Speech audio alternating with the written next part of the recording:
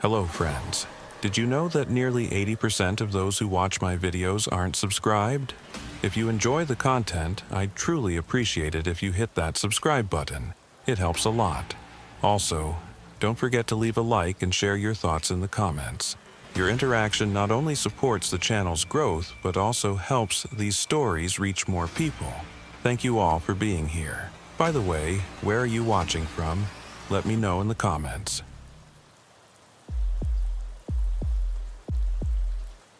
Sheriff Elias Montoya had been serving for 17 years at the Pima County Sheriff's Department, an American law enforcement agency serving areas outside the municipal boundaries of Pima County. In July 2019, in the scorching afternoon heat, a call would test the sheriff's knowledge of the desert. Heading north on Highway 86 toward the western region of Saguaro National Park, the temperature gauge in the patrol car read 118 degrees Fahrenheit. Over the radio, Deputy Sheriff Harrison's voice provided updates on the situation requiring this emergency response. A group of 8 tourists from various East Coast cities had failed to return from what should have been a 6-hour guided hiking tour through the Sonoran Desert. Their guide, a woman named Marisol Vega, who worked for Desert Dreams Adventure Tours, had led them out at dawn when the temperature was still bearable, around 85 degrees.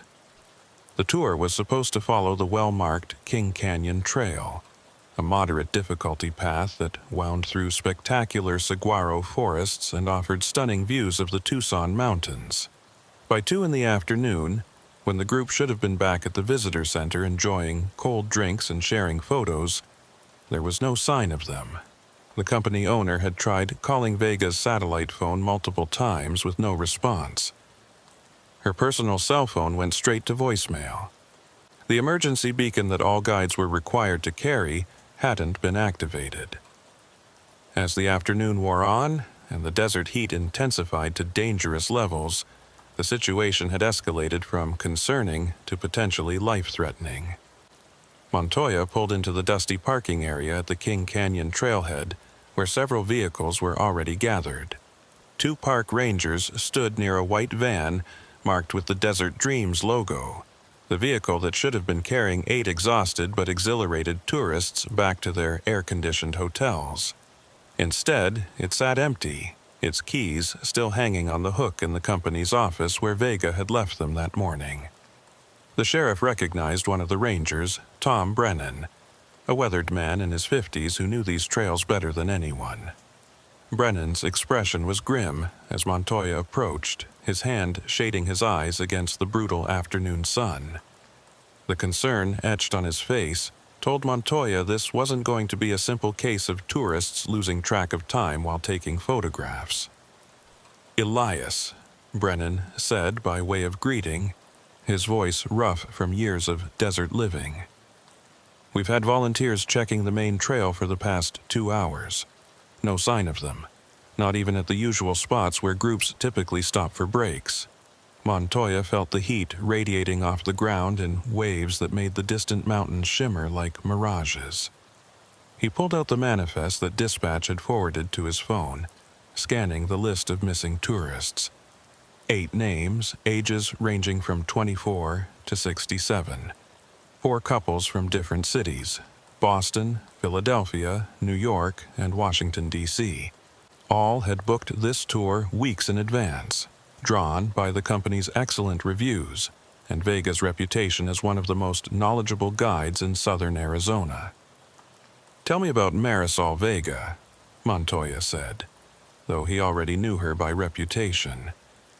The desert tourism community was relatively small, and word traveled fast about the good guides and the bad ones.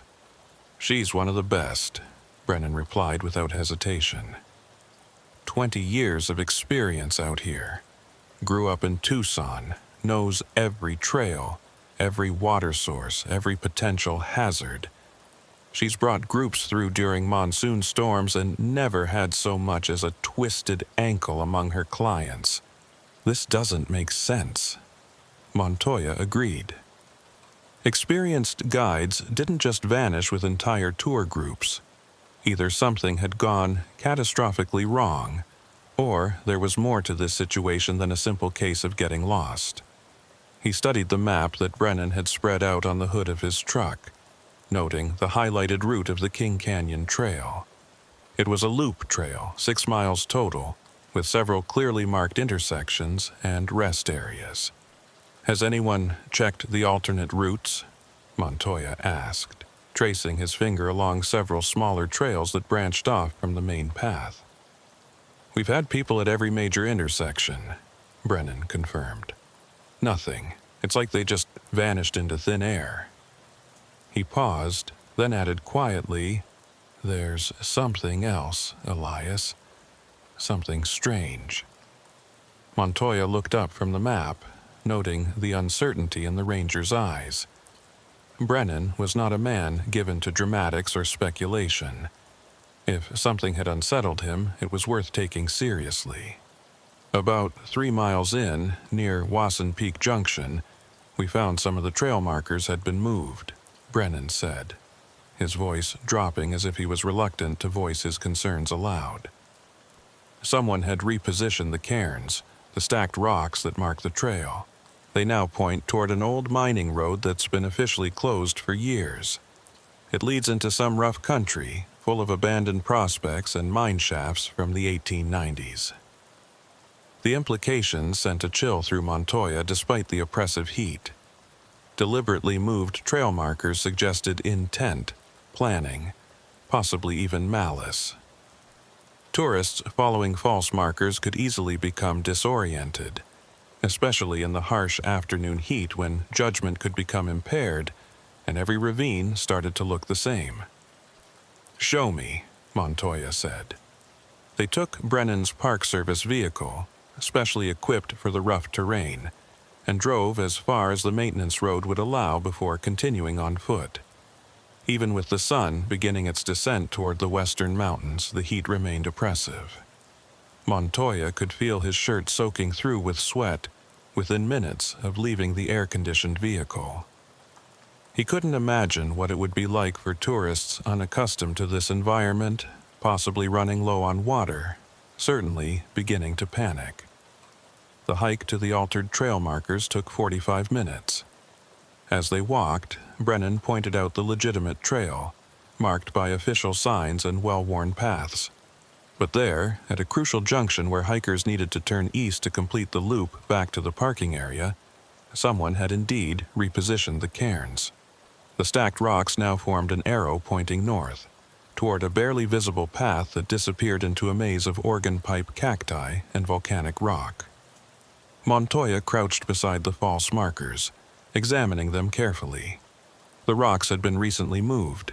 He could see the depressions in the earth where they had originally stood, the soil still slightly damp in the shadows where the morning dew hadn't completely evaporated. This had been done within the last day, possibly even that very morning. "Why would someone do this?" Brennan asked, though they both knew there were no good answers to that question. The desert had always attracted its share of disturbed individuals, people who came here to lose themselves or to ensure others became lost. Montoya stood, his knees protesting after too many years of desert patrol work, and studied the false trail. It was subtle enough that tired hikers, especially those trusting their guide's expertise, might not question the direction. Vega would have been at the front of the group, possibly engaged in conversation, possibly distracted by questions from her clients. If she had been following what she believed were the correct markers, she might not have realized the deception until it was too late. "We need to follow this path," Montoya said, already dreading what they might find. The old mining area was notorious among local law enforcement.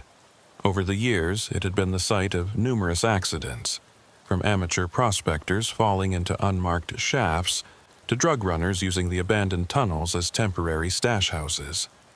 It was no place for a group of tourists, especially as dehydration and heat exhaustion began to take their toll.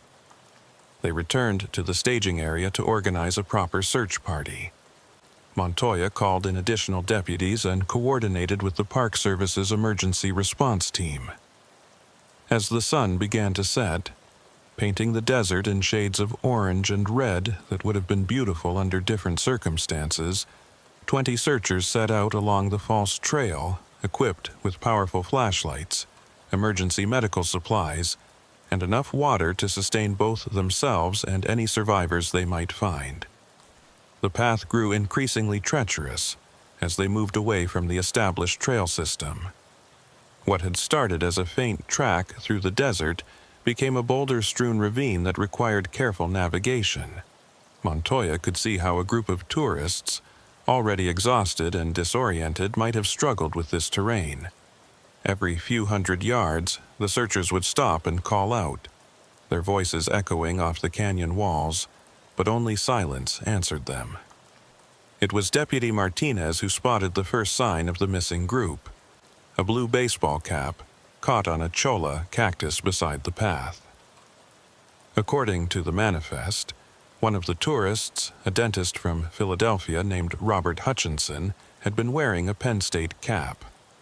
The fabric was still damp with sweat, suggesting it had been lost recently, perhaps within the last few hours.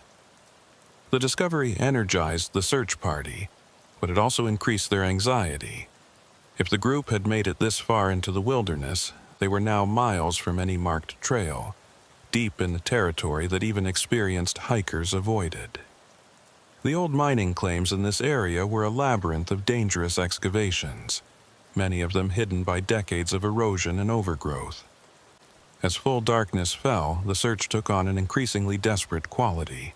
The temperature had dropped to a more manageable 95 degrees, but for people who had been exposed to extreme heat all day, potentially without adequate water, hypothermia could become a concern as the desert night grew cooler. Montoya knew they were racing against time. The human body could only endure so much stress before it began to shut down. The radio crackled with a transmission from one of the Park Service teams searching a parallel ravine. "Sheriff, we've found something. A backpack and what looks like blood on the rocks. Grid reference 779. Montoya's heart sank as he consulted his GPS device and began making his way toward the coordinates. The backpack, when he reached it, was expensive, the kind purchased by tourists who wanted the best equipment for their once-in-a-lifetime desert adventure. The blood on the nearby rocks wasn't extensive, perhaps from a fall or a cactus encounter, but it was fresh enough to still be tacky in the dry desert air. Inside the backpack, they found a wallet belonging to James Morrison, the 67-year-old retiree from Boston. His wife Eleanor was also part of the tour group. The pack contained the usual tourist supplies: sunscreen, an expensive camera, energy bars, and 2 empty water bottles. The fact that Morrison had abandoned his pack suggested either extreme disorientation or that something had forced him to leave it behind in haste. "Fan out from here," Montoya ordered his deputies. "Stay in visual contact with at least one other searcher. This terrain is treacherous enough without losing any of our own people." As they spread out across the rocky landscape, their flashlight beams creating shifting patterns of light and shadow, Montoya couldn't shake the feeling that they were missing something crucial. The moved trail markers suggested deliberate action, but to what end? If someone had wanted to rob the tourists, there were easier ways. If they had wanted to harm them, why lead them so far into the wilderness? It was nearly midnight when they found the first member of the tour group. David Kramer, a 45-year-old investment banker from New York, was huddled in the shadow of a massive boulder, barely conscious. His skin was hot to the touch, his lips cracked and bleeding. When the paramedics managed to get an IV line started and began pushing fluids, he began to mumble incoherently about the guide, about Vega, about how she had insisted they keep walking even when some of the group wanted to turn back. "She said she knew a shortcut," Kramer managed to whisper, his voice barely audible. "Said she'd done it dozens of times, but then Then she started acting strange, like she was looking for something or someone. Before Montoya could question him further, Kramer's eyes rolled back and he lost consciousness again. The paramedics rushed him toward the evacuation helicopter that had managed to find a landing zone about a mile away. 1 found, 7 to go, but Kramer's words had added a new dimension to the search. What had Vega been looking for? And perhaps more importantly, who might have been waiting for her? The search continued through the night, the desert taking on an otherworldly quality under the stark illumination of searchlights and headlamps. Every shadow could hide a body, every ravine could conceal the missing tourists. The searchers' calls echoed through the canyons, creating an haunting chorus that seemed to emphasize the vastness of the wilderness and the impossibility of their task. As dawn approached, painting the eastern sky in pale blues and pinks, Montoya stood on a ridge overlooking the search area. Somewhere out there were 7 people and their guide, possibly injured, certainly dehydrated, potentially in grave danger. The moved trail markers suggested this wasn't a simple accident, but rather something more sinister. Someone had wanted that tour group to get lost, and they had succeeded all too well. The second day of the search began with temperatures already climbing past 90 degrees before the sun had fully risen above the jagged peaks of the Tucson Mountains. Sheriff Montoya had managed only 2 hours of sleep in his patrol vehicle before the arrival of additional resources forced him back into action. The Arizona Department of Public Safety had sent a specialized search and rescue unit, and the FBI had been notified due to the interstate nature of the case, with victims from multiple states. The search area had been divided into a grid pattern, with teams systematically covering each section. Drones equipped with thermal cameras buzzed overhead, their operators searching for heat signatures that might indicate survivors.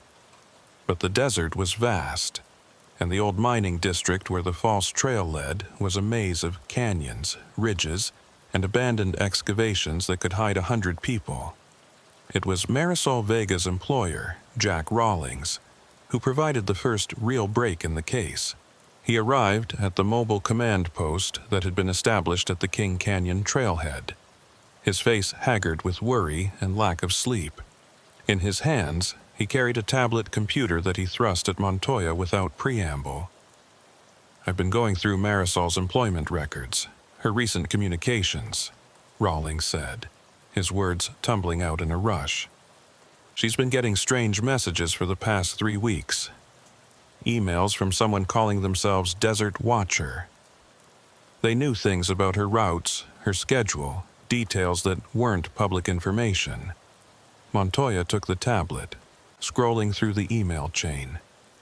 The messages started innocuously enough, praising Vega's knowledge of the desert, asking about specific trails and historical sites, but they quickly became more personal, more invasive. The sender knew where Vega lived, what car she drove, even mentioned seeing her at a grocery store in Tucson. The final message, sent just 2 days before the tour group disappeared, was the most disturbing. "You think you know these desert paths, but you've only scratched the surface. There are older trails, secret ways that the miners used, that the indigenous people knew before them. I can show you, but you have to come alone. Bring your next tour group to the old Esperanza mine. I'll be waiting." The Esperanza mine. Montoya knew it by reputation, though he'd never had cause to visit it. Abandoned since the 1920s after a collapse that killed 12 miners, it had been officially sealed by the state in the 1970s. But seal or no seal, determined individuals had ways of accessing such places. The mine was located approximately 4 miles from where the false trail markers had been placed, deep in the restricted area that tourists were explicitly warned to avoid. Why didn't she report this? Montoya asked, though he suspected he knew the answer. Guides dealt with occasional odd characters, desert enthusiasts who were harmless if eccentric. Vega had probably dismissed the messages as the ramblings of just another desert rat who'd spent too much time alone in the sun. She mentioned it to me once about a week ago, Rawlings admitted, guilt evident in his voice. Said some guy was being weird, but that it was nothing she couldn't handle. Marisol's tough, Sheriff. She's dealt with everything from flash floods to rattlesnake bites. I never thought. Montoya immediately redirected the search efforts toward the Esperanza mine area. The terrain there was even more challenging than what they'd been dealing with. A landscape of loose shale, hidden drops, and crumbling mining structures that had been baking in the desert sun for nearly a century. If the tour group had been led there, either willingly or under some form of duress, they were in serious danger from both the environment and whoever had lured them off the trail. The helicopter pilot who flew Montoya and his team toward the mine reported seeing something disturbing from the air. "There are fresh tracks leading to the mine entrance," he said over the intercom. "Multiple sets.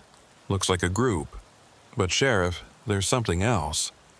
There's a vehicle parked about a half-mile from the mine, hidden under camouflage netting. Looks like it's been there for a while." As they approached on foot, the abandoned mine entrance loomed before them like a mouth in the mountainside. The state's seal, a heavy iron gate that should have blocked access, had been cut through with what appeared to be industrial cutting tools. The cuts were not fresh. Rust had already begun to form on the exposed metal, suggesting this had been done weeks or even months ago. Montoya called for backup before entering, but the sounds coming from within the mine made waiting impossible. It was faint, but unmistakable. Someone calling for help, their voice echoing up from the depths of the mountain. He made the decision that would later be questioned by review boards, but which, at the moment, seemed like the only human choice. He entered the mine. The temperature dropped 20 degrees as soon as he passed through the entrance, the sudden coolness almost shocking after the blazing heat outside. His flashlight beam penetrated only a few dozen feet into the darkness before being swallowed by the mountain's interior. The mine shaft extended straight back for about 50 feet before branching into multiple tunnels. Old mining cart tracks, their metal rails twisted and broken in places, disappeared into each passage.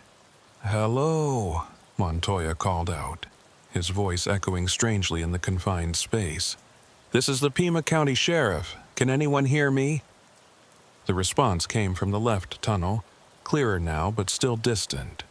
It was a woman's voice, possibly Vega's, though the echoes made it difficult to be certain. Montoya advanced carefully, testing each step. The mine floor was littered with debris from the decades-old collapse, rotting timber supports, fragments of rock that had fallen from the ceiling. His flashlight beam caught the reflection of water seeping down the walls, creating slick patches that made footing treacherous. About 100 feet into the left tunnel, he found the first clear evidence of the tour group's presence.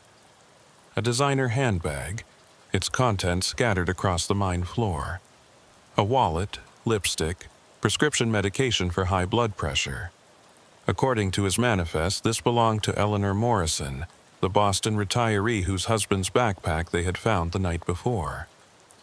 The tunnel continued to descend, and Montoya could feel the weight of the mountain pressing down above him.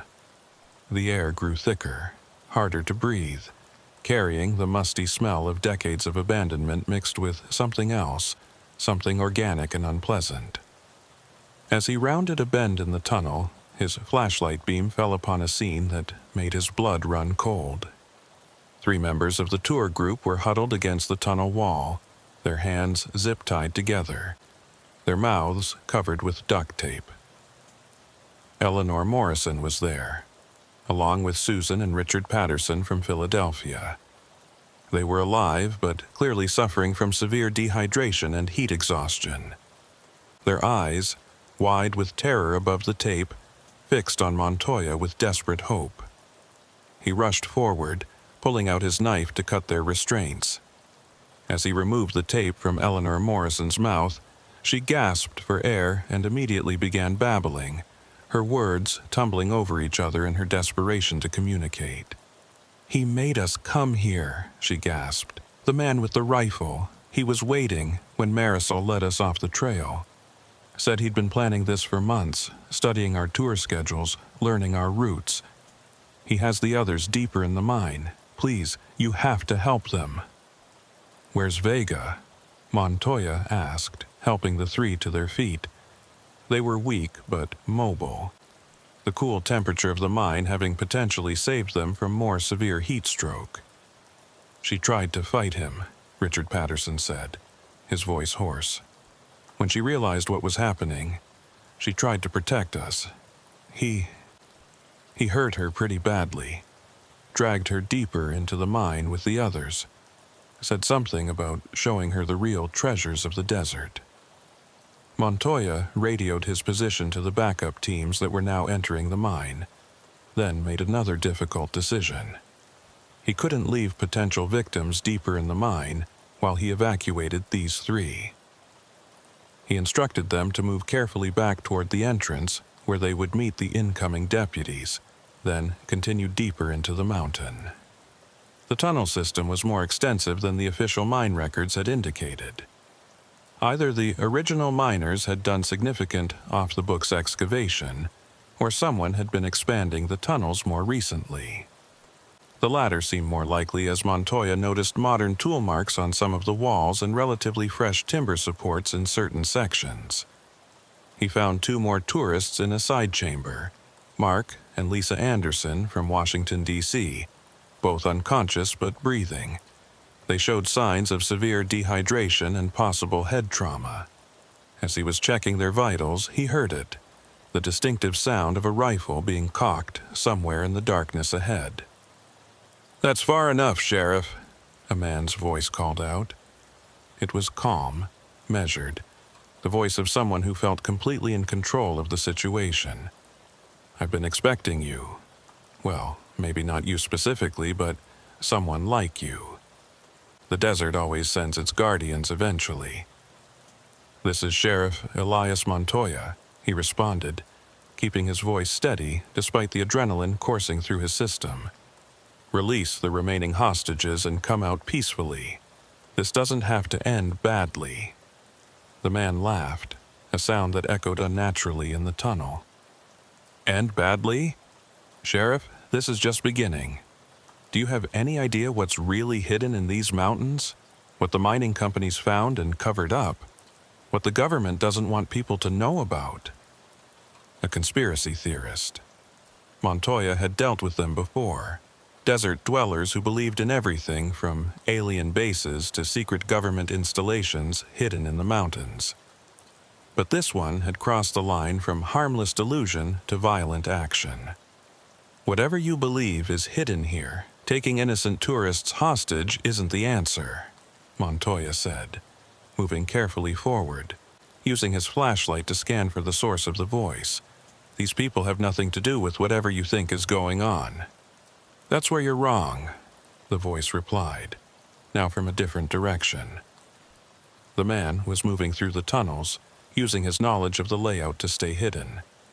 "These tourists, with their cameras and their GPS devices, they're mapping everything, uploading it all to the cloud.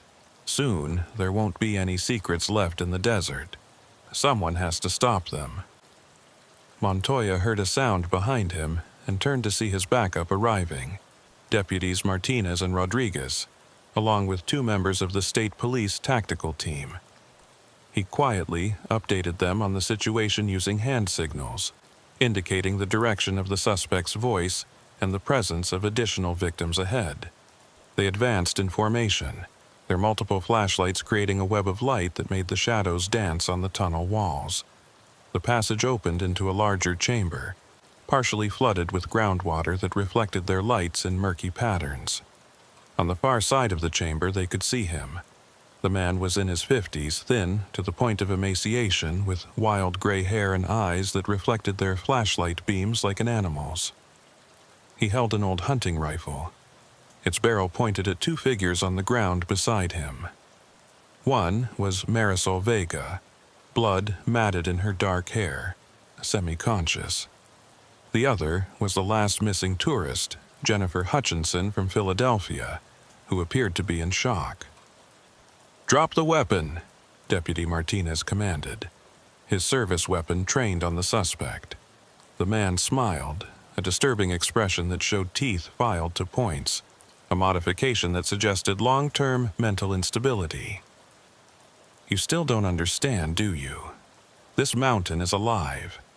It's been sleeping since they sealed the mine, but I've been feeding it. Small animals at first, then larger ones. It was only a matter of time before it wanted something more." Montoya recognized the signs of severe psychosis, possibly exacerbated by extended isolation and exposure to whatever chemicals might be present in the old mine. Mercury was commonly used in gold processing during the era when this mine was active, and chronic exposure could cause serious neurological effects. "What's your name?" Montoya asked, trying to establish some form of connection with the man. "I had a name once. Thomas Brennan. I was a geologist for the state, surveying these old mines for safety hazards. That was before I found the chamber, the one the original miners sealed off. The one with the symbols on the walls and the bones arranged in patterns. That's when I understood what this place really was." Brennan. Montoya recognized the name from old reports. A state geologist who had disappeared 5 years ago during a survey expedition, presumed dead after his abandoned vehicle was found near the park. Apparently, he had been living in these tunnels the entire time, his mind deteriorating in the darkness. "Thomas, these people need medical attention," Montoya said, taking a slow step forward. "Whatever you've discovered here, it's not worth innocent lives. Let the paramedics help them." Brennan's grip on the rifle tightened. Innocent. They're contaminating this sacred place with their presence. The mountain demands sacrifice. It's been whispering to me, telling me what it needs. It was Marisol Vega who broke the standoff. Despite her injuries, she suddenly rolled to the side, knocking Brennan's legs out from under him. The rifle discharged, the sound deafening in the enclosed space, the bullet striking the ceiling and showering everyone with rock fragments. In the confusion that followed, the tactical team rushed forward, quickly subduing Brennan before he could recover. As the paramedics worked on the victims and Brennan was taken into custody, Montoya surveyed the chamber more carefully. The walls were indeed covered with strange markings, but they weren't ancient symbols. They were the obsessive scratchings of a disturbed mind, thousands of repetitive marks that Brennan had apparently made during his years of isolation. The bones he had mentioned were there too, but they were from animals, coyotes, javelinas, and other desert creatures that Brennan had apparently been killing and arranging in elaborate patterns. The evacuation of the mine took several hours. All of the tourists survived, though several required extended hospitalization for severe dehydration and heat-related injuries. Marisol Vega suffered a concussion and numerous lacerations but made a full recovery. She would later testify that she had noticed the moved trail markers but had assumed they were correct, trusting in what appeared to be official guidance. The investigation revealed that Thomas Brennan had been living in the mine system for 5 years, surviving on supplies he stole from nearby camps and what he could hunt. His mental state had deteriorated progressively, influenced by isolation, possible mercury exposure, and an obsession with the mine that had consumed his rational thought. He had been watching tour groups for months, learning their patterns, waiting for the perfect opportunity to lead them into his underground domain. The aftermath of the Esperanza mine incident should have been the end of Sheriff Montoya's involvement with the case. The tourists had been rescued, Thomas Brennan was in custody awaiting trial for kidnapping and assault, and the mine had been properly sealed with reinforced concrete barriers that would prevent any future access. But 3 weeks after the rescue, something happened that pulled Montoya back into the mystery of the abandoned mine and forced him to confront the possibility that Brennan's delusions might have contained a grain of truth. It started with a phone call from Dr. Sarah Winters. a University of Arizona archaeologist who had been brought in to document the markings in the mine before it was permanently sealed. She requested a meeting with Montoya, insisting it had to be in person and couldn't be discussed over the phone. Her voice carried an undertone of urgency that immediately set off Montoya's instincts. They met at a small cafe in Tucson, far from the sheriff's usual jurisdiction but neutral ground where they could talk without interruption. Dr. Winters was younger than Montoya had expected, perhaps in her mid-30s, with the kind of intense focus that came from years of academic research. She had brought a laptop and a folder of photographs, which she spread across the table after ensuring they were seated in a corner booth away from other patrons. "Sheriff, I need to show you something about those markings in the mine," she began, pulling up images on her laptop. "When I first saw them, I assumed they were exactly what everyone else did, the obsessive scratching of a disturbed individual. But I've been analyzing them, and there's something underneath Brennan's marks, much older markings that he was apparently tracing over." She showed him enhanced photographs where computer analysis had separated the layers of markings.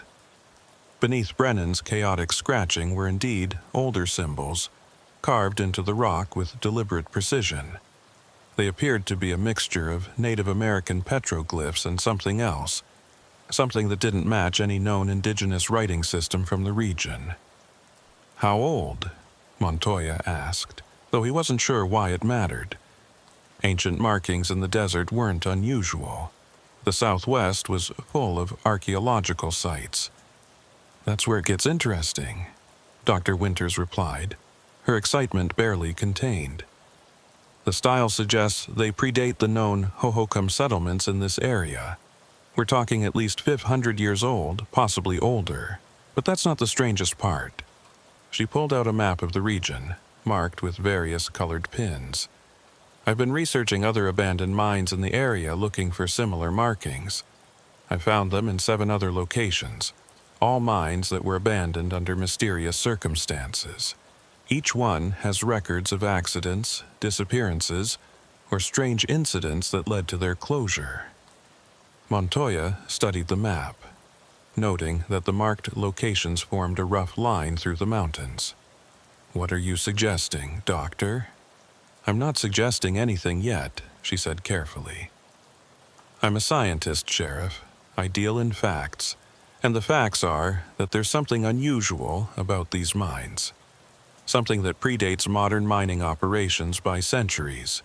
The indigenous peoples of this region have oral traditions about certain places in the mountains that should be avoided, places where the earth itself is considered dangerous or sacred." She pulled out another photograph, this one showing a chamber deeper in the mine than where they had found the tourists. Montoya didn't remember seeing this area during the rescue operation. "This chamber was behind a partially collapsed wall," Dr. Winters explained. "We found it during our documentation survey. The collapse looked recent, possibly caused by Brennan's activities, but the chamber behind it is old, very old." The photograph showed a circular room carved from solid rock, its walls smooth and covered with the same mysterious symbols. In the center was what appeared to be a well or shaft descending into darkness. Around its edge were arranged stones in a deliberate pattern, each one carved with symbols. "We sent a camera down the shaft," Dr. Winters continued, her voice dropping to almost a whisper. "It goes down about 300 feet before opening into a natural cavern system. The caverns show signs of ancient habitation, including what appear to be burial sites. But, Sheriff, the remains we glimpsed aren't typical." She showed him the grainy footage from the camera. In the dim light, Montoya could make out what appeared to be bones, but their arrangement and size didn't match anything he would expect. Some seemed too large, others were in positions that didn't make anatomical sense. "We need to go back," Dr. Winters said. "This could be one of the most significant archaeological discoveries in the Southwest, but I need law enforcement support. The site is still technically a crime scene, and there are safety concerns." Montoya's first instinct was to refuse, The mine was sealed for good reasons, and he had no desire to revisit that darkness. But something about the doctor's findings nagged at him. Thomas Brennan had been delusional, certainly, but his obsession with the mine had to have started somewhere. What had he found during his initial geological survey that had driven him to abandon his life and live in those tunnels? Against his better judgment, Montoya agreed to accompany Dr. Winters and her team back to the mine. They would need special permission from multiple agencies, but given the potential archaeological significance, that permission was granted with surprising speed. 2 weeks later, Montoya found himself once again standing at the entrance to the Esperanza mine. This time, he was accompanied not just by Dr. Winters and her archaeological team, but also by representatives from several Native American tribes who had historical connections to the land. The tribal elder, a Tohono O'odham man named Joseph Morales, seemed particularly troubled by their presence. "My grandfather told me stories about this place," Morales said as they prepared to enter. "He said it was a door that should never be opened, that some knowledge is buried for a reason." Despite his misgivings, Morales agreed to accompany them, saying it was better to face such things with proper ceremony and respect than to let them be disturbed by those who didn't understand their significance. The mine felt different this time. Perhaps it was the presence of the archaeological team with their scientific equipment, or perhaps it was knowing what lay deeper in the mountain, but Montoya felt a sense of foreboding that hadn't been there during the rescue operation. The temperature seemed to drop more dramatically as they descended, and sounds echoed in ways that didn't quite match the tunnel's acoustics. When they reached the hidden chamber Dr. Winters had discovered, the tribal elder immediately began performing a protection ceremony, burning sage and speaking in his native language. His actions might have seemed like superstition to some, but Montoya noticed that even the skeptical scientists seemed comforted by the ritual. The chamber was even more impressive in person than in the photographs. The symbols on the walls seemed to shift and move in the flashlight beams, creating an optical illusion that made them appear three-dimensional. The shaft in the center exhaled a cool breeze that carried a mineral smell mixed with something organic and ancient. "We're going to send down more sophisticated equipment this time," Dr. Winters explained, her team setting up an array of cameras, sensors, and sampling devices. "We want to map the entire cavern system and take samples for dating." As they lowered the equipment, Montoya found himself standing next to Joseph Morales, who was studying the symbols on the walls with intense concentration. "Do you recognize any of these?" Montoya asked. "Some are familiar. Variations of symbols my people have used for generations," Morales replied. "But others are older. They speak of things that existed before humans walked this land, things that should remain sleeping." The monitors flickered to life as the cameras descended into the shaft. The cavern system below was more extensive than the initial survey had suggested. Multiple chambers connected by narrow passages, some partially flooded with water that glowed faintly in the camera's lights, suggesting phosphorescent minerals or bacteria. Then they saw the burial chambers. The remains were definitely not typical Native American burials. The bones were arranged in complex patterns, some appearing to be from humans but modified in disturbing ways. Skulls that were elongated far beyond what normal cranial deformation could achieve. Femurs that were too long for any human proportions. And in some cases, bones that didn't match any known human or animal anatomy. "This is extraordinary," Dr. Winters breathed, her scientific excitement overcoming any apprehension. "These could be evidence of previously unknown cultural practices, or possibly even an undiscovered branch of human evolution." But Morales was backing away from the monitors, his face pale. "Those are not human remains," he said firmly. "My grandfather was right. This place should have remained sealed." As if in response to his words, the equipment in the shaft began malfunctioning. The cameras flickered, showing brief images of movement in the caverns below, shadows that didn't match any physical objects. The temperature sensors registered impossible readings, showing areas that were simultaneously freezing and burning hot. Then came the sound. It started as a low vibration, felt more than heard, emanating from the shaft. It grew in intensity, becoming a resonance that made everyone's teeth ache and their vision blur. The monitors showed the water in the caverns beginning to move, rippling in patterns that defied the absence of any apparent current. "Pull the equipment up," Montoya ordered, his law enforcement instincts overriding scientific curiosity. "Now," as they frantically winched up their equipment, the sound intensified. Dust began falling from the ceiling, and cracks appeared in the chamber walls.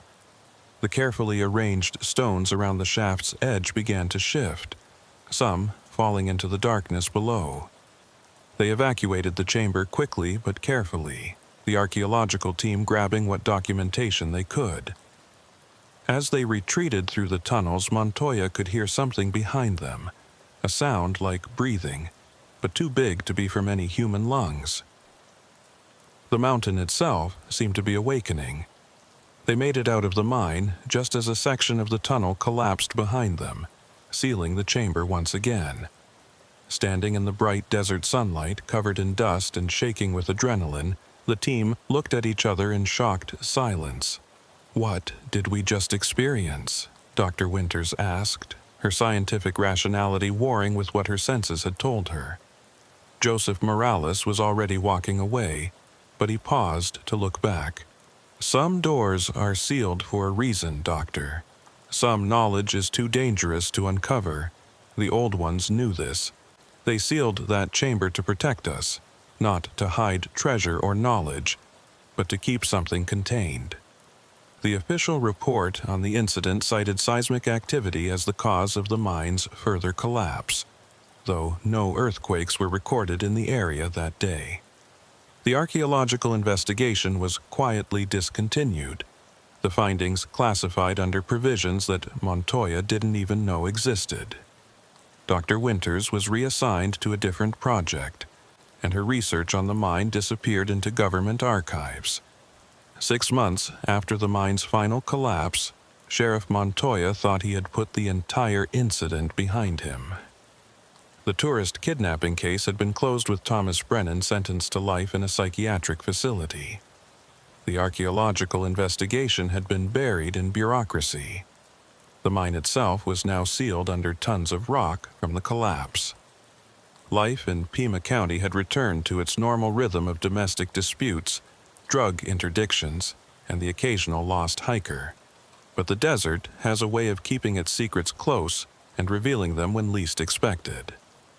The call came on a cold December morning, unusual weather for southern Arizona that had brought frost to the saguaro cacti and sent most of the desert wildlife into hiding. Deputy Rodriguez was on the line, his voice tight with confusion and concern.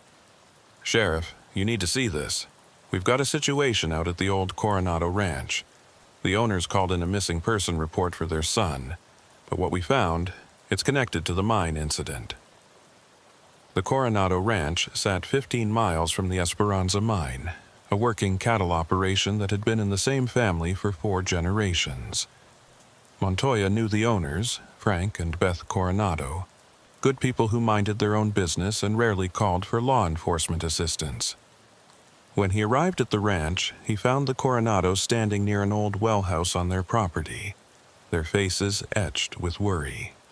Their 16-year-old son, Miguel, had been missing for 2 days. He'd gone out to check on some cattle in the far pasture and hadn't returned. His horse had come back riderless, which prompted the search. "We found his tracks leading here," Frank Coronado explained, gesturing to the well house. "But Sheriff, this well's been capped for 20 years. There's no reason he would have come here." The well house was a small stone structure, built in the early 1900s when the ranch was first established. The well itself had been sealed with a concrete cap when the ranch switched to a modern water system. But now, that cap had been broken open from below. The concrete shattered outward as if by some tremendous force. Montoya shined his flashlight down the well shaft. It descended about 30 feet to what should have been groundwater, but instead of water, he saw a tunnel opening in the shaft's wall. Fresh tool marks suggested it had been recently excavated. "Has anyone been doing any work out here?" Montoya asked. "No one," Beth Coronado replied.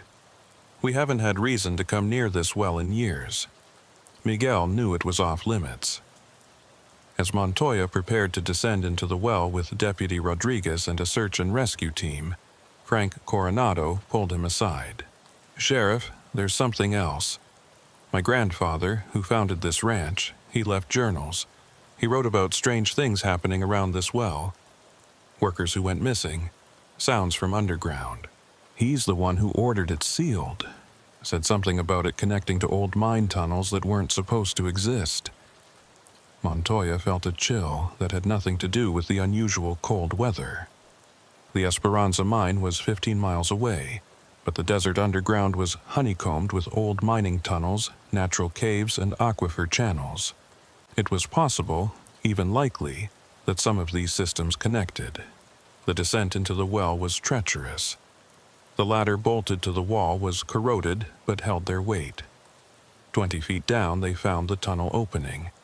It was roughly carved, just large enough for a person to crawl through, and it headed east, toward the Esperanza mine.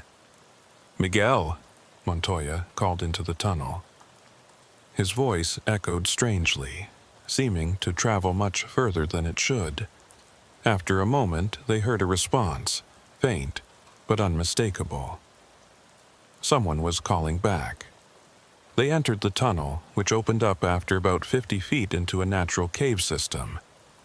The walls were limestone, carved by centuries of water flow, creating fantastic formations that glittered in their flashlight beams. But there were also signs of human modification. Support beams, carved steps, even what appeared to be old railroad tracks from mining carts. They found Miguel Coronado 200 yards into the cave system. He was sitting against a wall, his ankle badly twisted, but otherwise unharmed. When he saw them, tears of relief streamed down his face. "I'm sorry," he said immediately. "I didn't mean to come down here, but I heard something calling. It sounded like someone needed help." As they prepared to evacuate Miguel, Montoya noticed something that made his blood run cold. On the wall behind the boy were symbols, the same symbols they had found in the Esperanza mine, and they were fresh, carved within the last few days. "Miguel, did you make these marks?" Montoya asked. The boy looked confused. "What marks?" He genuinely couldn't see them. Deputy Rodriguez confirmed he could see them clearly, but when they asked Miguel to look directly at them, he insisted there was nothing but bare rock. As they helped Miguel toward the exit, Montoya heard it, the same low vibration they had experienced in the mine months earlier. It seemed to be coming from deeper in the cave system, from passages that led into darkness their lights couldn't penetrate. "We need to leave. Now," Montoya ordered. They had made it halfway back to the well shaft when the lights began to fail. Not all at once, but one by one, their flashlights dimmed and died despite fresh batteries. In the growing darkness, Montoya could hear something moving in the tunnels behind them, something large, dragging itself along the stone floor. Then, in the last, flickering light from his dying flashlight, Montoya saw him.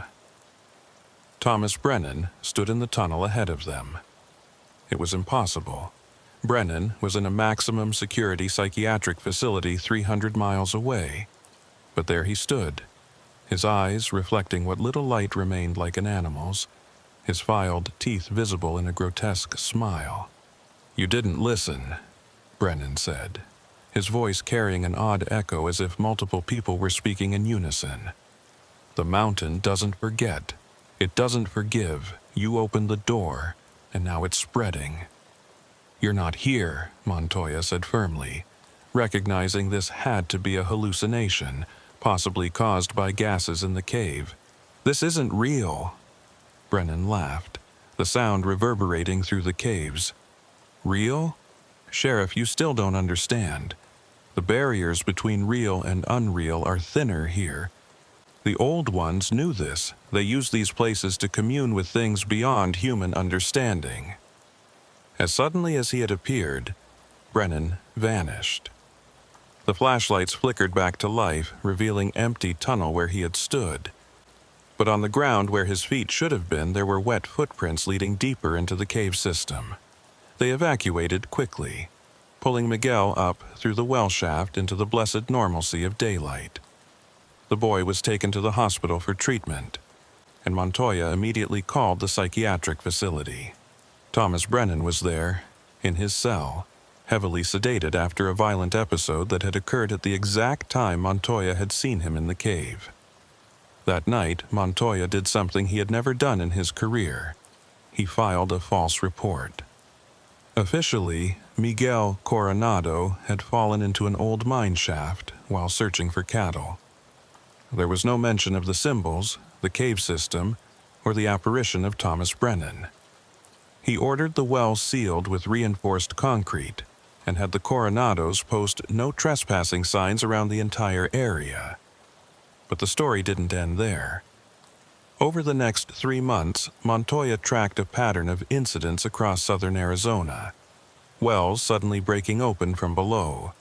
Hikers reporting strange sounds from underground. Animals behaving erratically, avoiding certain areas that had previously been part of their regular routes.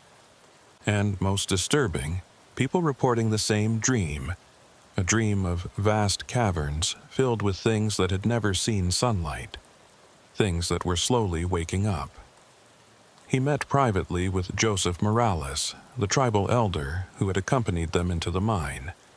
Morales was not surprised by what Montoya told him. The old stories speak of this, Morales said. Every few hundred years, the things below grow restless. They probe at the barriers between their world and ours. Usually, they grow quiet again, return to their sleep. But sometimes, if the barriers are weakened enough, they break through. What are they? Montoya asked, though he wasn't sure he wanted to know the answer. Nobody knows for certain. My grandfather believed they were the first inhabitants of this land, beings that existed before humans, before most life as we know it. They retreated underground eons ago, but they never left. They're still there, waiting. Montoya made a decision then. Using his connections in law enforcement and the military, he quietly organized a task force to monitor the situation. They mapped every abandoned mine, every natural cave system, every place where the underground world might connect to the surface. They placed seismic sensors to detect unusual underground movement. They created response protocols for incidents that couldn't be explained by conventional means. The task force operated in complete secrecy. The public couldn't know. The panic would be devastating. Tourism was the lifeblood of the region's economy, and stories of ancient things lurking beneath the desert would destroy it. So they watched and waited, responding to incidents with cover stories about gas leaks, seismic activity, or old mine collapses. A year passed, then 2. The incidents gradually decreased, the dreams faded, and the desert seemed to return to normal. The Esperanza mine area was designated a protected wilderness zone, off limits to all civilians. The official reason was environmental protection, but Montoya knew the real purpose was to keep people away from what lay beneath. Thomas Brennan died in the psychiatric facility 2 years after his arrest.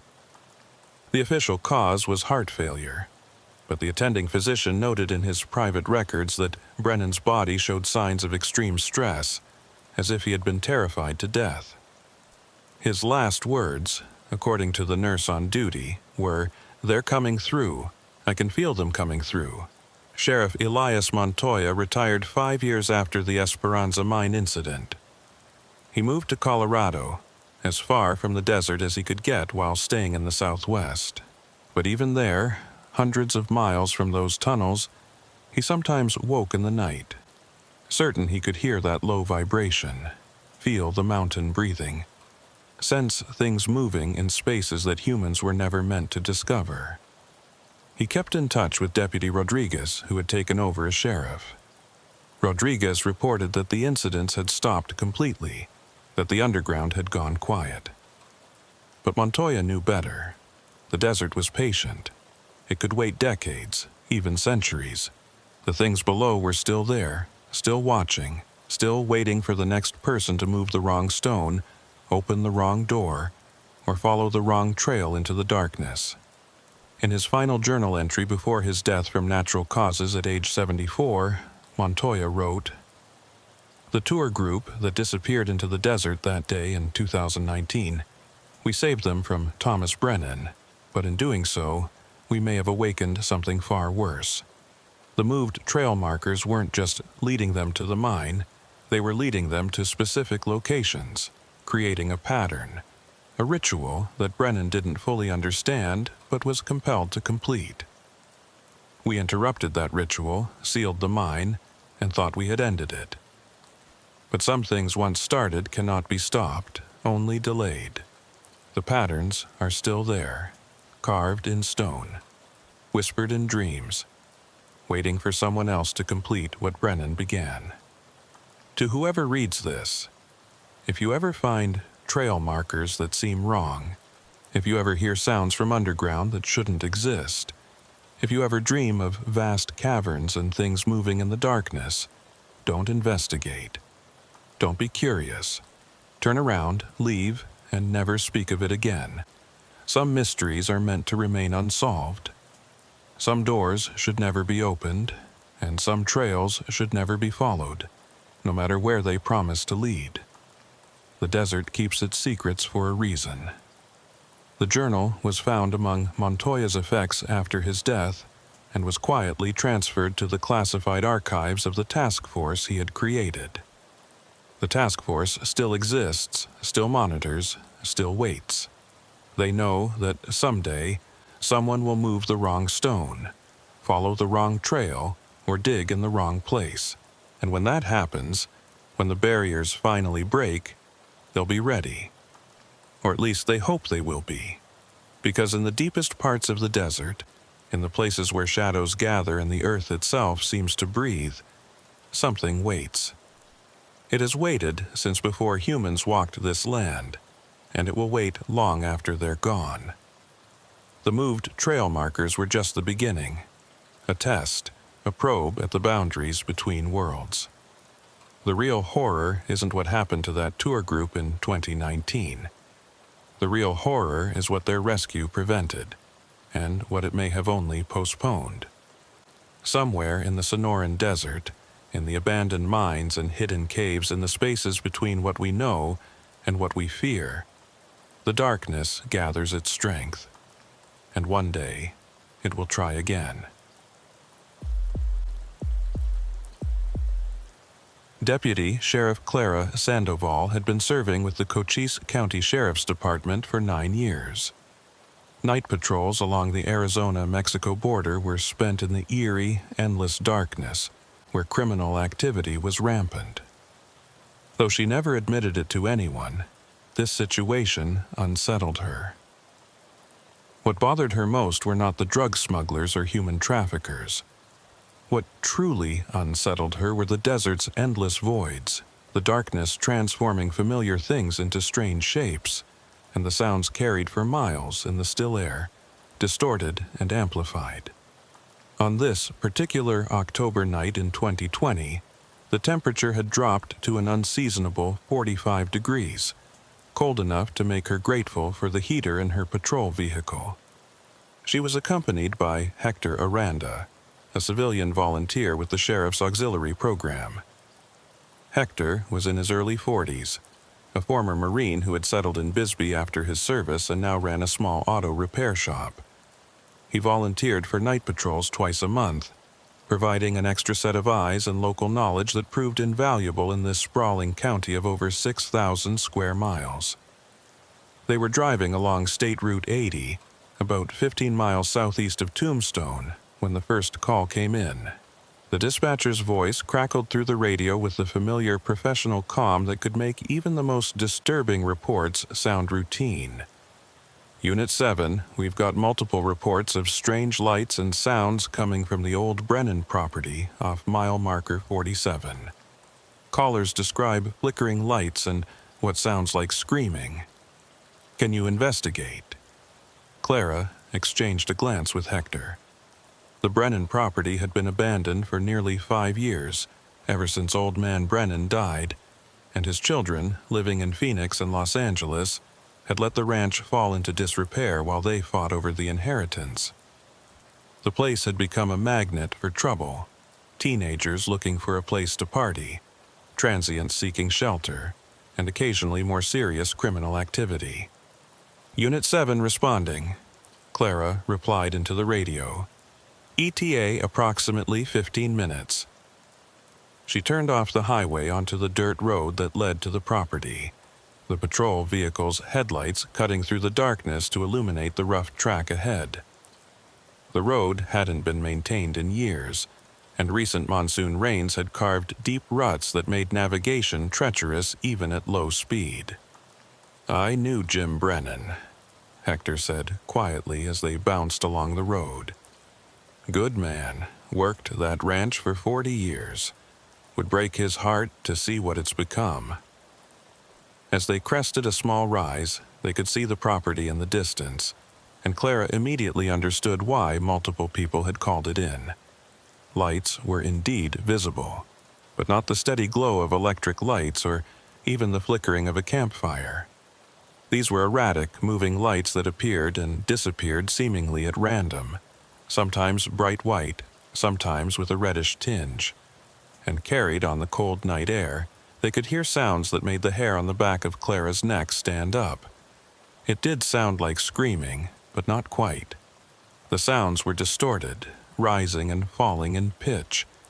Sometimes multiple voices overlapping in a cacophony that seemed almost orchestrated.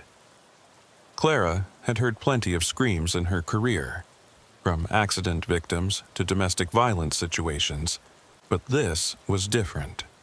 These sounds had an quality to them, as if the people making them were not entirely in control of their own voices. Could be coyotes, Hector suggested, though his tone indicated he didn't believe it himself. Sometimes they can sound almost human, especially when there's a pack of them.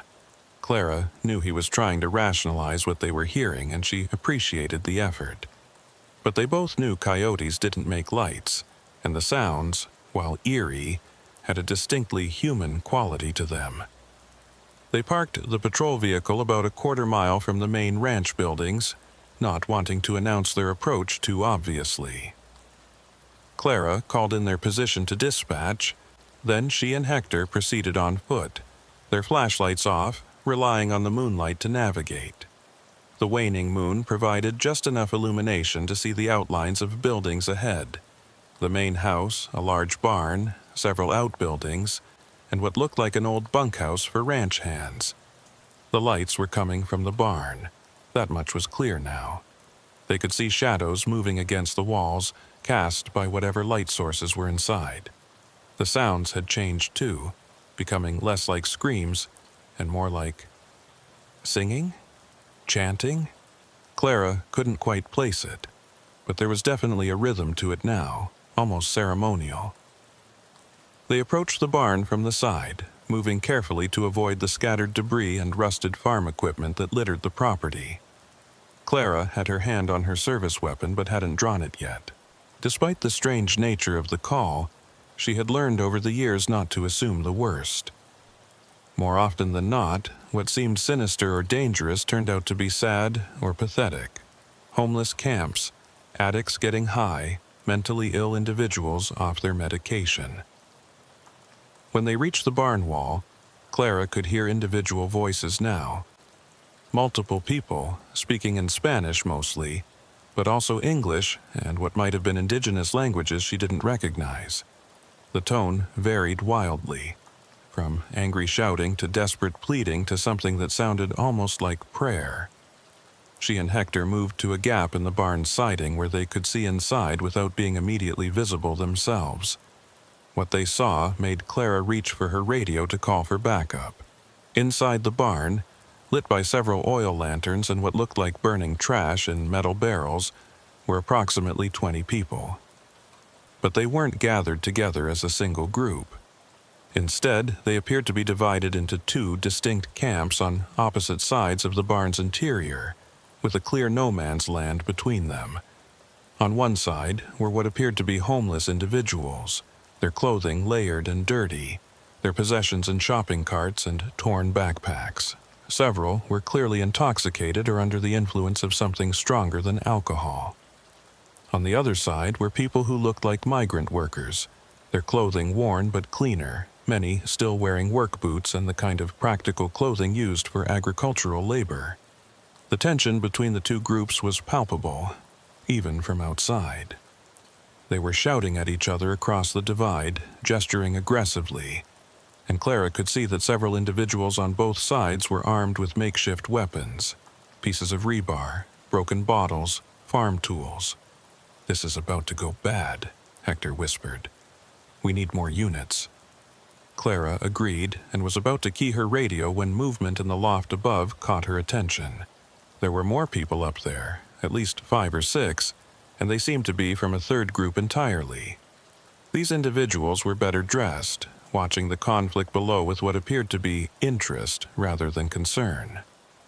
One of them was holding what looked like a camera, recording the scene. Before Clara could process this new information, the situation in the barn exploded. Someone from the homeless camp threw a bottle that shattered near the migrant workers. In response, one of the workers charged across the divide with a shovel raised above his head. Within seconds, the barn erupted into violence. All units, Code 3 backup needed at the Brennan Ranch. Clara spoke rapidly into her radio. Multiple individuals engaged in violent confrontation. At least 20 subjects, possibly more. She and Hector had to make a decision. Wait for backup, which could take 20 minutes or more given their remote location, or try to intervene before someone was seriously hurt or killed. The screams now were real. No longer the eerie sounds that had drawn them here, but the very human cries of pain and fear. Clara drew her weapon and fired 2 shots into the air through the open barn door. The sound was deafening in the enclosed space, and it had the desired effect. The fighting stopped immediately, everyone freezing in place and turning toward the door. "Sheriff's Department," Clara announced loudly, stepping into view with her weapon at low ready. "Everyone stop what you're doing and sit down on the ground, now." For a moment, she thought they might comply. Several people did begin to lower themselves to the ground. But then someone in the loft shouted something in a language Clara didn't understand, and chaos erupted again. This time, instead of fighting each other, both groups scattered in all directions. People burst out of every exit, including several Clara hadn't even noticed. They ran into the darkness of the desert, their forms quickly swallowed by the night. Clara and Hector tried to contain the scene, but it was like trying to hold water in their hands. Within 30 seconds, the barn was almost empty except for 3 individuals who were too injured to run, and 2 others who seemed too intoxicated or disoriented to understand what was happening. "Check the injured," Clara told Hector, while she tried to pursue at least some of the fleeing subjects. But it was hopeless. In the darkness, with the rough terrain and multiple directions of escape, she could only watch as taillights appeared in the distance where vehicles had apparently been hidden. When she returned to the barn, Hector had triaged the injured. One man had a deep laceration on his arm that was bleeding significantly. Another had what appeared to be a broken nose and possibly a concussion. The third was a woman who had been trampled in the chaos and was holding her ribs, breathing in short, painful gasps. "We need ambulances," Hector said, already applying pressure to the bleeding man's arm with a torn shirt. Clara called for medical support, then began to process the scene while they waited. The barn told a story of desperation and conflict. On the homeless camp's side, she found the typical detritus of transient living. Sleeping bags, shopping carts filled with recyclables, empty alcohol bottles, and drug paraphernalia. But there were also signs of longer-term habitation, including a makeshift kitchen area and what looked like an attempt at organizing a communal living space. The migrant workers' side was different. There were bedrolls laid out in neat rows, work clothes hung on improvised lines, and several bags of what looked like personal belongings carefully organized. Clara found pay stubs from several local ranches, suggesting these were documented workers, not the undocumented immigrants she had initially assumed. But it was what she found in the loft that proved most disturbing.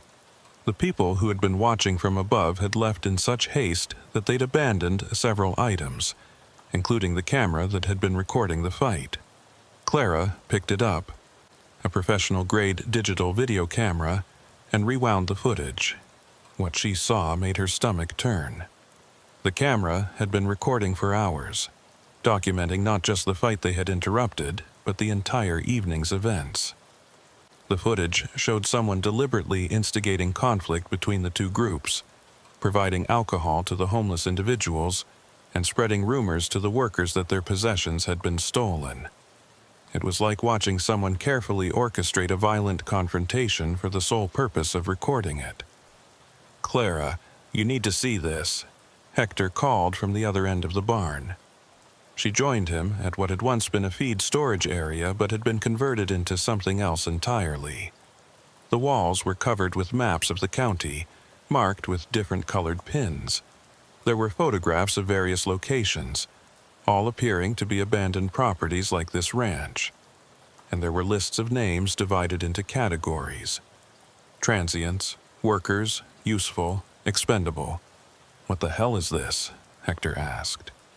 Before Clara could respond, her radio crackled with an urgent message from dispatch.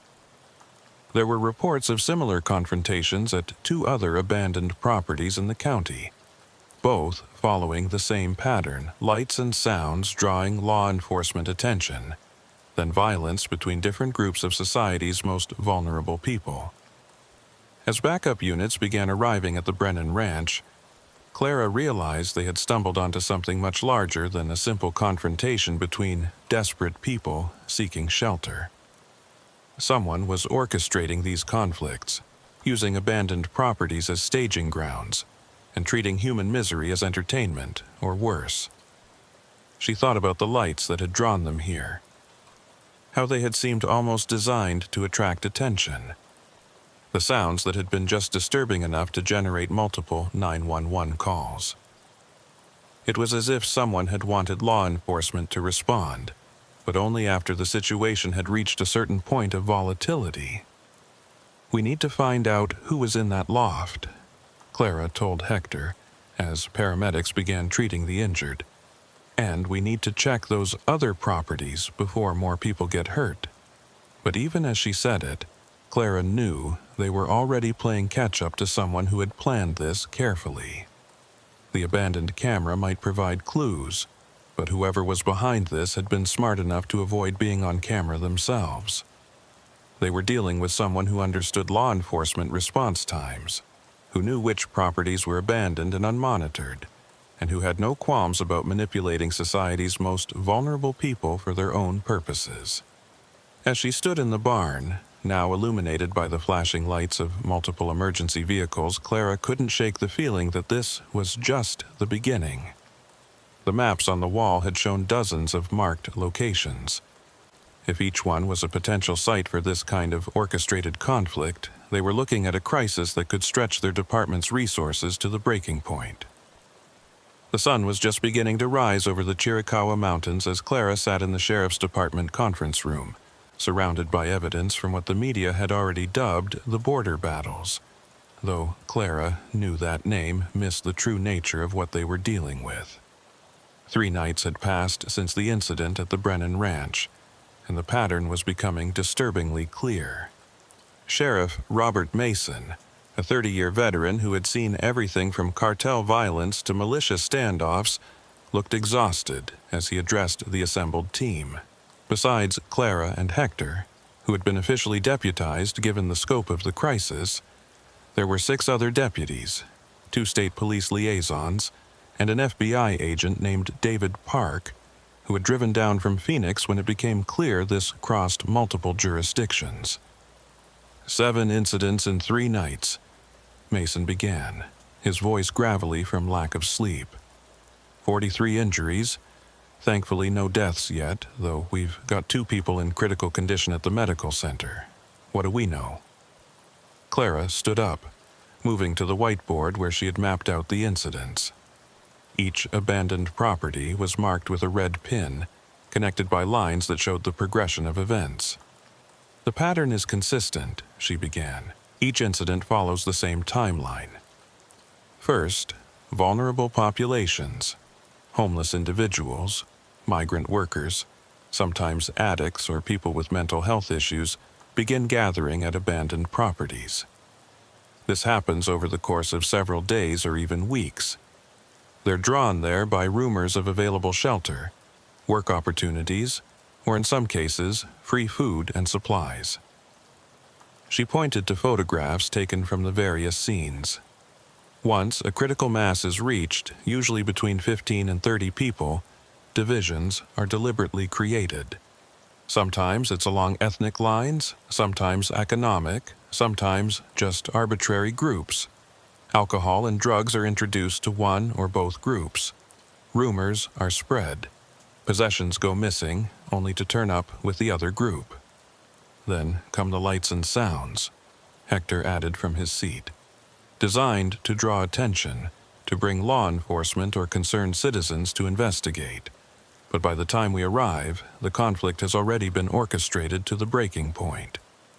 Agent Park leaned forward. The camera you recovered from the Brennan Ranch has been analyzed. Whoever was recording knew exactly what they were doing. Professional quality footage, multiple angles when compared with other cameras we've found, and careful editing to highlight the most violent moments. This isn't just documentation, it's production. Clara felt a chill at his words. They had suspected as much, but hearing it confirmed made it somehow worse. Someone was producing human misery as entertainment, using real people, real violence, real suffering. There's more, Park continued. We've traced the serial numbers on some of the equipment. Purchased with cash at various stores across 3 states, but always with the same pattern. Buyer is described as middle-aged, white, male, unremarkable. Pays cash, doesn't engage in conversation, never caught clearly on security cameras. Sheriff Mason stood up, his frustration evident. So we've got someone turning abandoned properties into fight clubs for the desperate, recording it all, and we don't even have a clear description. How is that possible in this day and age? Clara had been wondering the same thing. In her experience, criminals, especially those operating on this scale, made mistakes. They got overconfident, left evidence, or were betrayed by accomplices. But this perpetrator seemed to be operating with an unusual level of sophistication. I might have something, Clara said, pulling out a folder she had been compiling. I've been interviewing the injured and those we managed to detain. Most don't know much, but there's a consistent thread. They all mention being approached by someone they call El Facilitador, the facilitator. Never the same physical person, but always someone who knows exactly what they need: work, shelter, food, medical care, and can provide information on where to find it. She spread out several witness sketches on the table. They showed different people, various ages and ethnicities, but all with one common feature. They all wore similar clothing. Dark work clothes with a particular logo that none of the witnesses could quite remember clearly. I think we're dealing with a network, Clara continued. Not just one person, but an organization. They have scouts who identify vulnerable populations, facilitators who guide them to the properties, instigators who create the conflicts, and then the production team that records everything. To what end? Deputy Martinez asked. Are they selling these videos? Dark web stuff? Agent Park shook his head. We've been monitoring those channels. Nothing matching this has surfaced for sale. Whatever the purpose, it's not simple profit, at least not in the traditional sense. It was Hector who voiced what Clara had been thinking. What if it's not about money? What if it's about the chaos itself? Or worse, what if this is practice for something bigger? The room fell silent as the implications sank in. If someone was orchestrating violence between vulnerable populations as practice or testing, what was the ultimate goal? Before anyone could respond, Clara's phone buzzed with a text from an unknown number. She was about to ignore it when she saw the preview. Check the old Fairbank ghost town, tonight. Come alone if you want answers. She showed the message to Sheriff Mason, who immediately shook his head.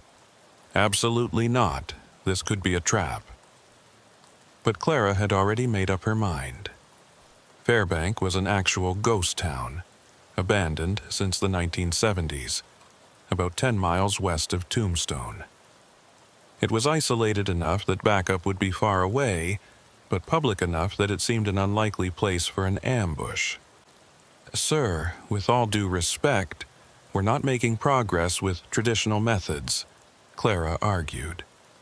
Whoever this is, they know our procedures, our response times, our protocols. Maybe it's time to break pattern. The debate continued for another hour, but eventually a compromise was reached. Clara would go to Fairbank, but not alone. She would be wired, with backup stationed just outside visual range, and Hector would accompany her as her visible backup. It wasn't ideal, but it was better than letting the lead go cold. That night, as they drove toward Fairbank, the desert seemed particularly hostile. The temperature had dropped again, unusual for October, and a wind had picked up, sending tumbleweeds across the road like fleeting ghosts. The ghost town itself was a collection of ruined buildings barely visible in the moonlight. The old commercial company store, the schoolhouse, the handful of residences that had once housed the town's 100 or so residents. They parked at the entrance and proceeded on foot, their flashlights creating dancing shadows among the ruins. Clara's wire transmitted every sound back to the command post established 2 miles away, where Sheriff Mason and Agent Park monitored their progress. Movement, northwest corner of the schoolhouse, Hector whispered, his Marine training evident in the way he moved through the debris-strewn streets. Clara saw it too, a figure standing in the shadows of the old building. As they approached, the figure stepped into the moonlight, and Clara's hand instinctively went to her weapon. It was a woman, perhaps in her 30s, dressed in dark clothing that bore the logo several witnesses had tried to describe. A stylized eye, surrounded by lightning bolts.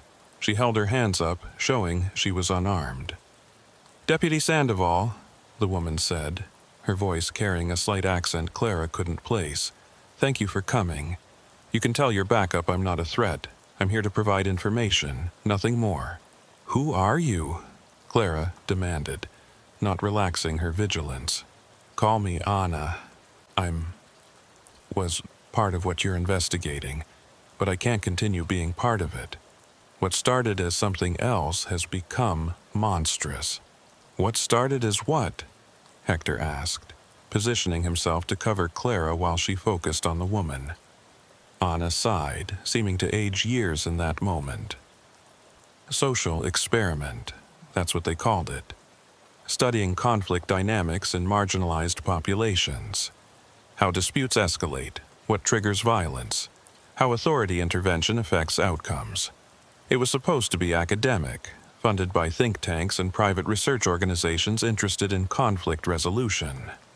Clara felt her anger rising. "Academic? People are dying." I know, Anna shot back, tears now visible on her cheeks. It wasn't supposed to be like this. We were supposed to observe, document, maybe facilitate meetings between groups to study natural conflict progression. But he changed everything. He turned it into something else. Who? Clara pressed.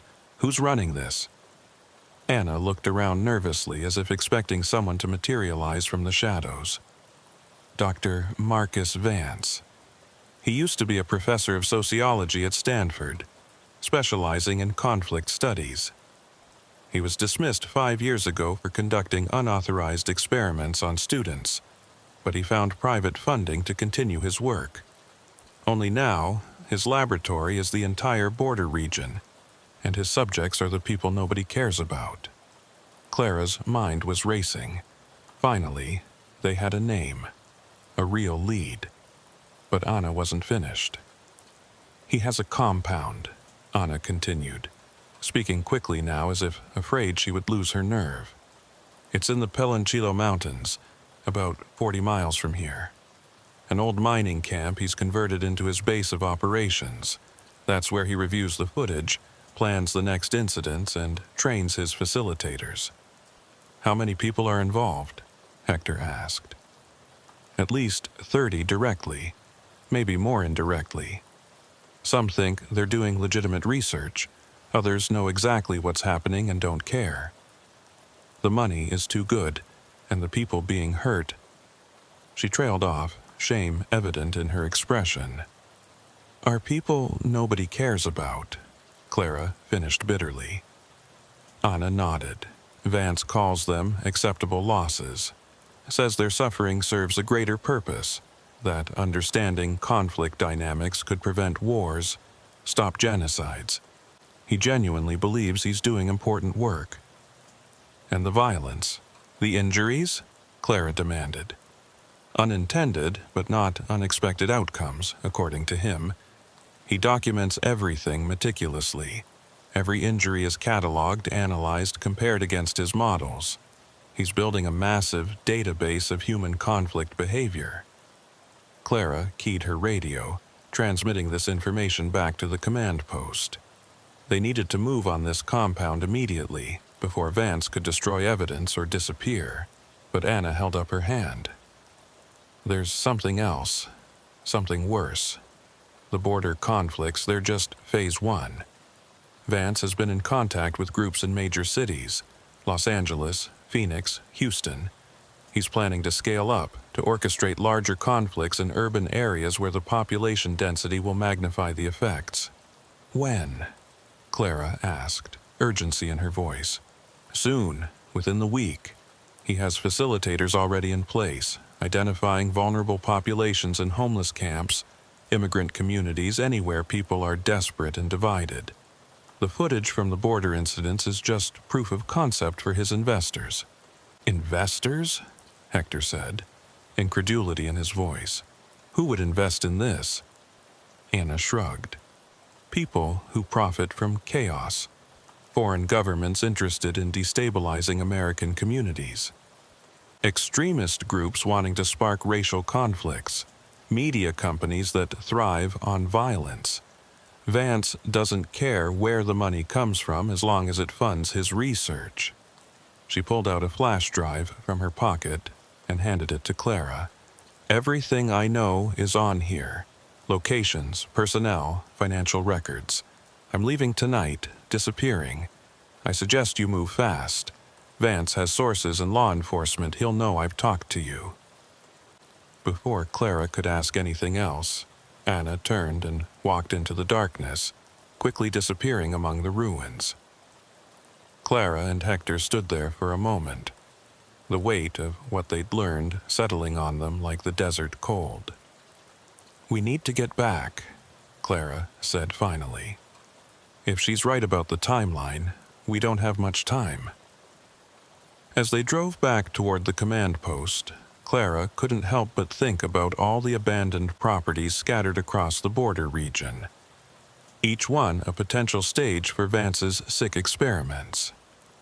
Each one filled with desperate people who thought they had found shelter, not knowing they were being manipulated into violence for the sake of data points in some madman's research.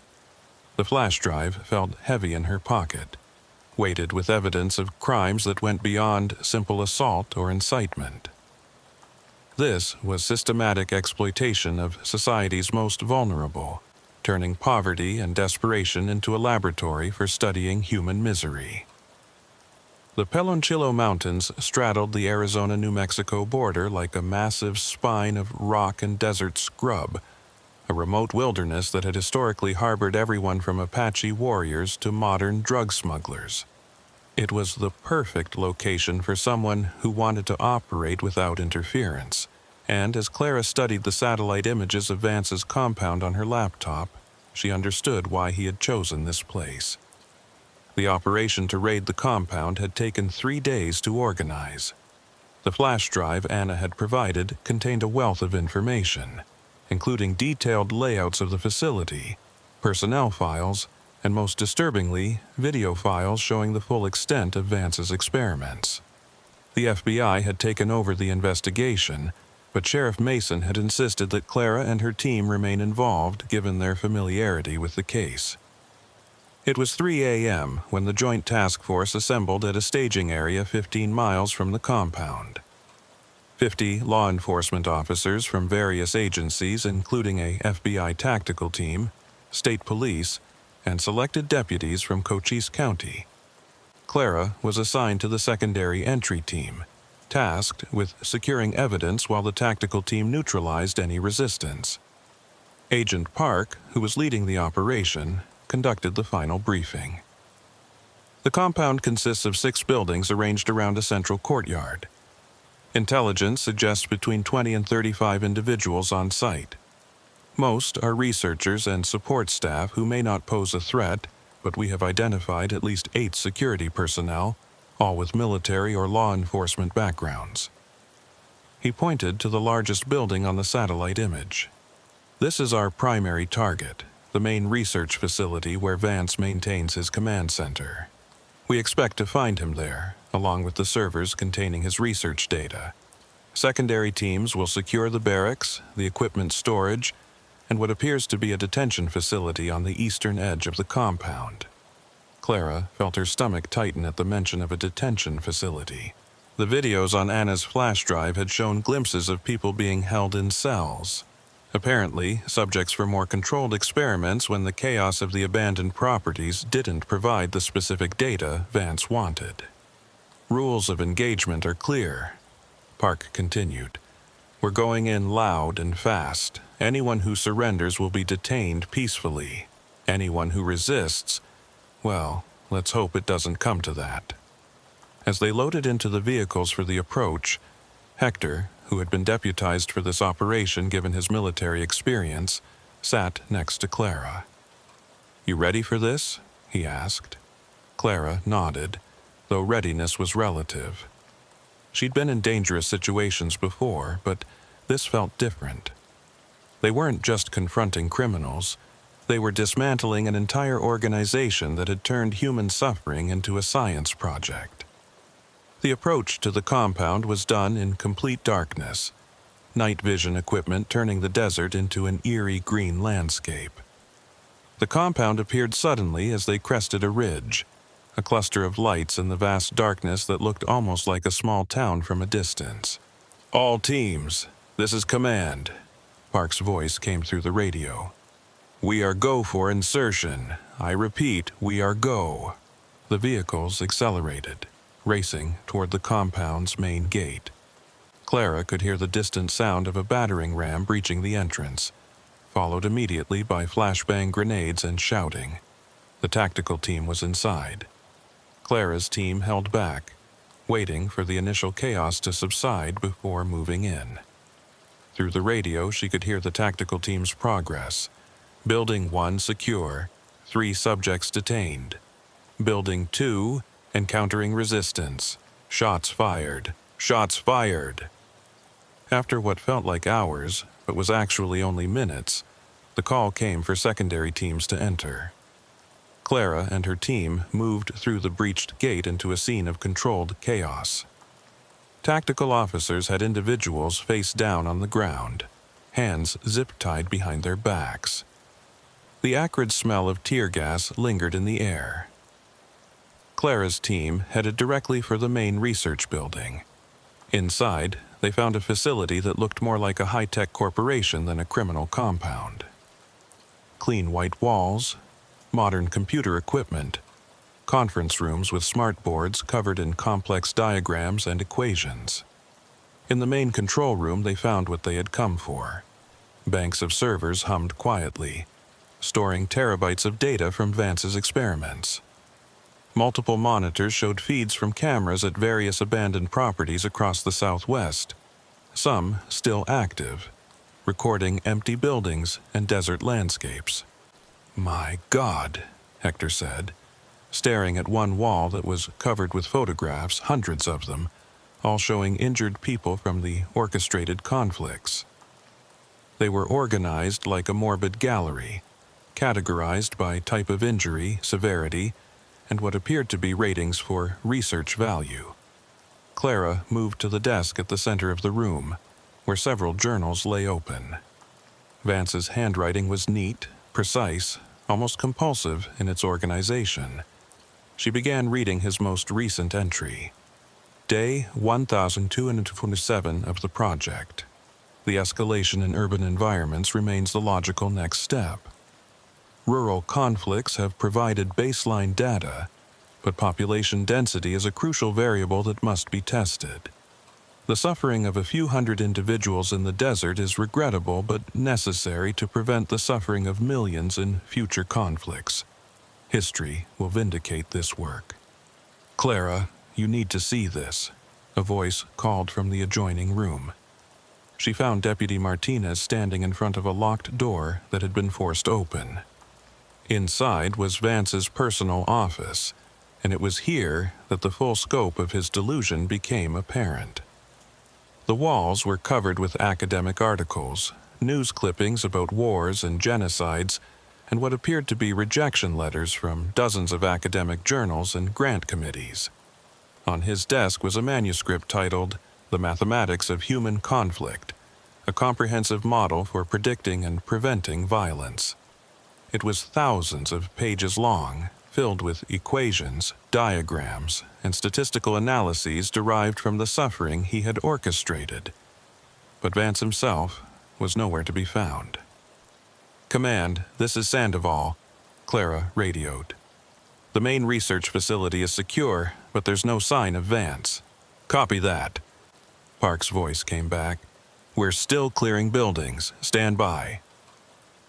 As Clara continued to search Vance's office, she found something that made her blood run cold.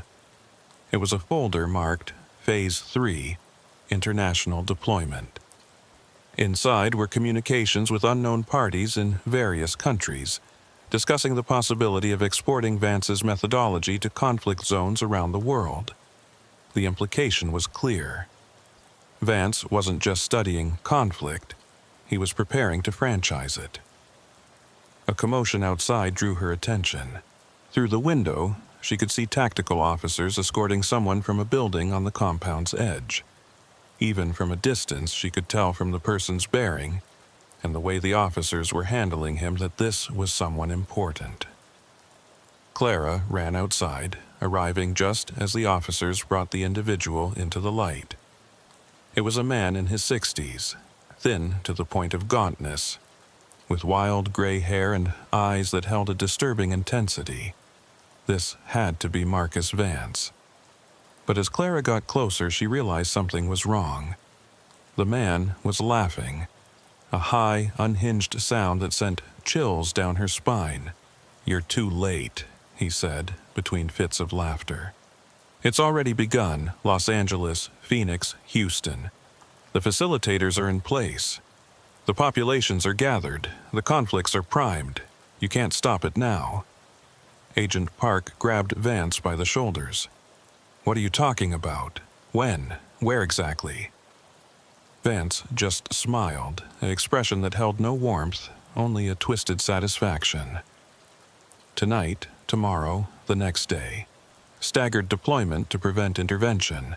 Dozens of locations in each city, homeless camps, immigrant communities, wherever desperation has reached critical mass. You'd need thousands of officers to stop them all, and by the time you mobilize, the data will be collected, the experiment complete. Clara felt a sick feeling in her stomach. If Vance was telling the truth, they were facing a coordinated series of orchestrated conflicts across multiple major cities.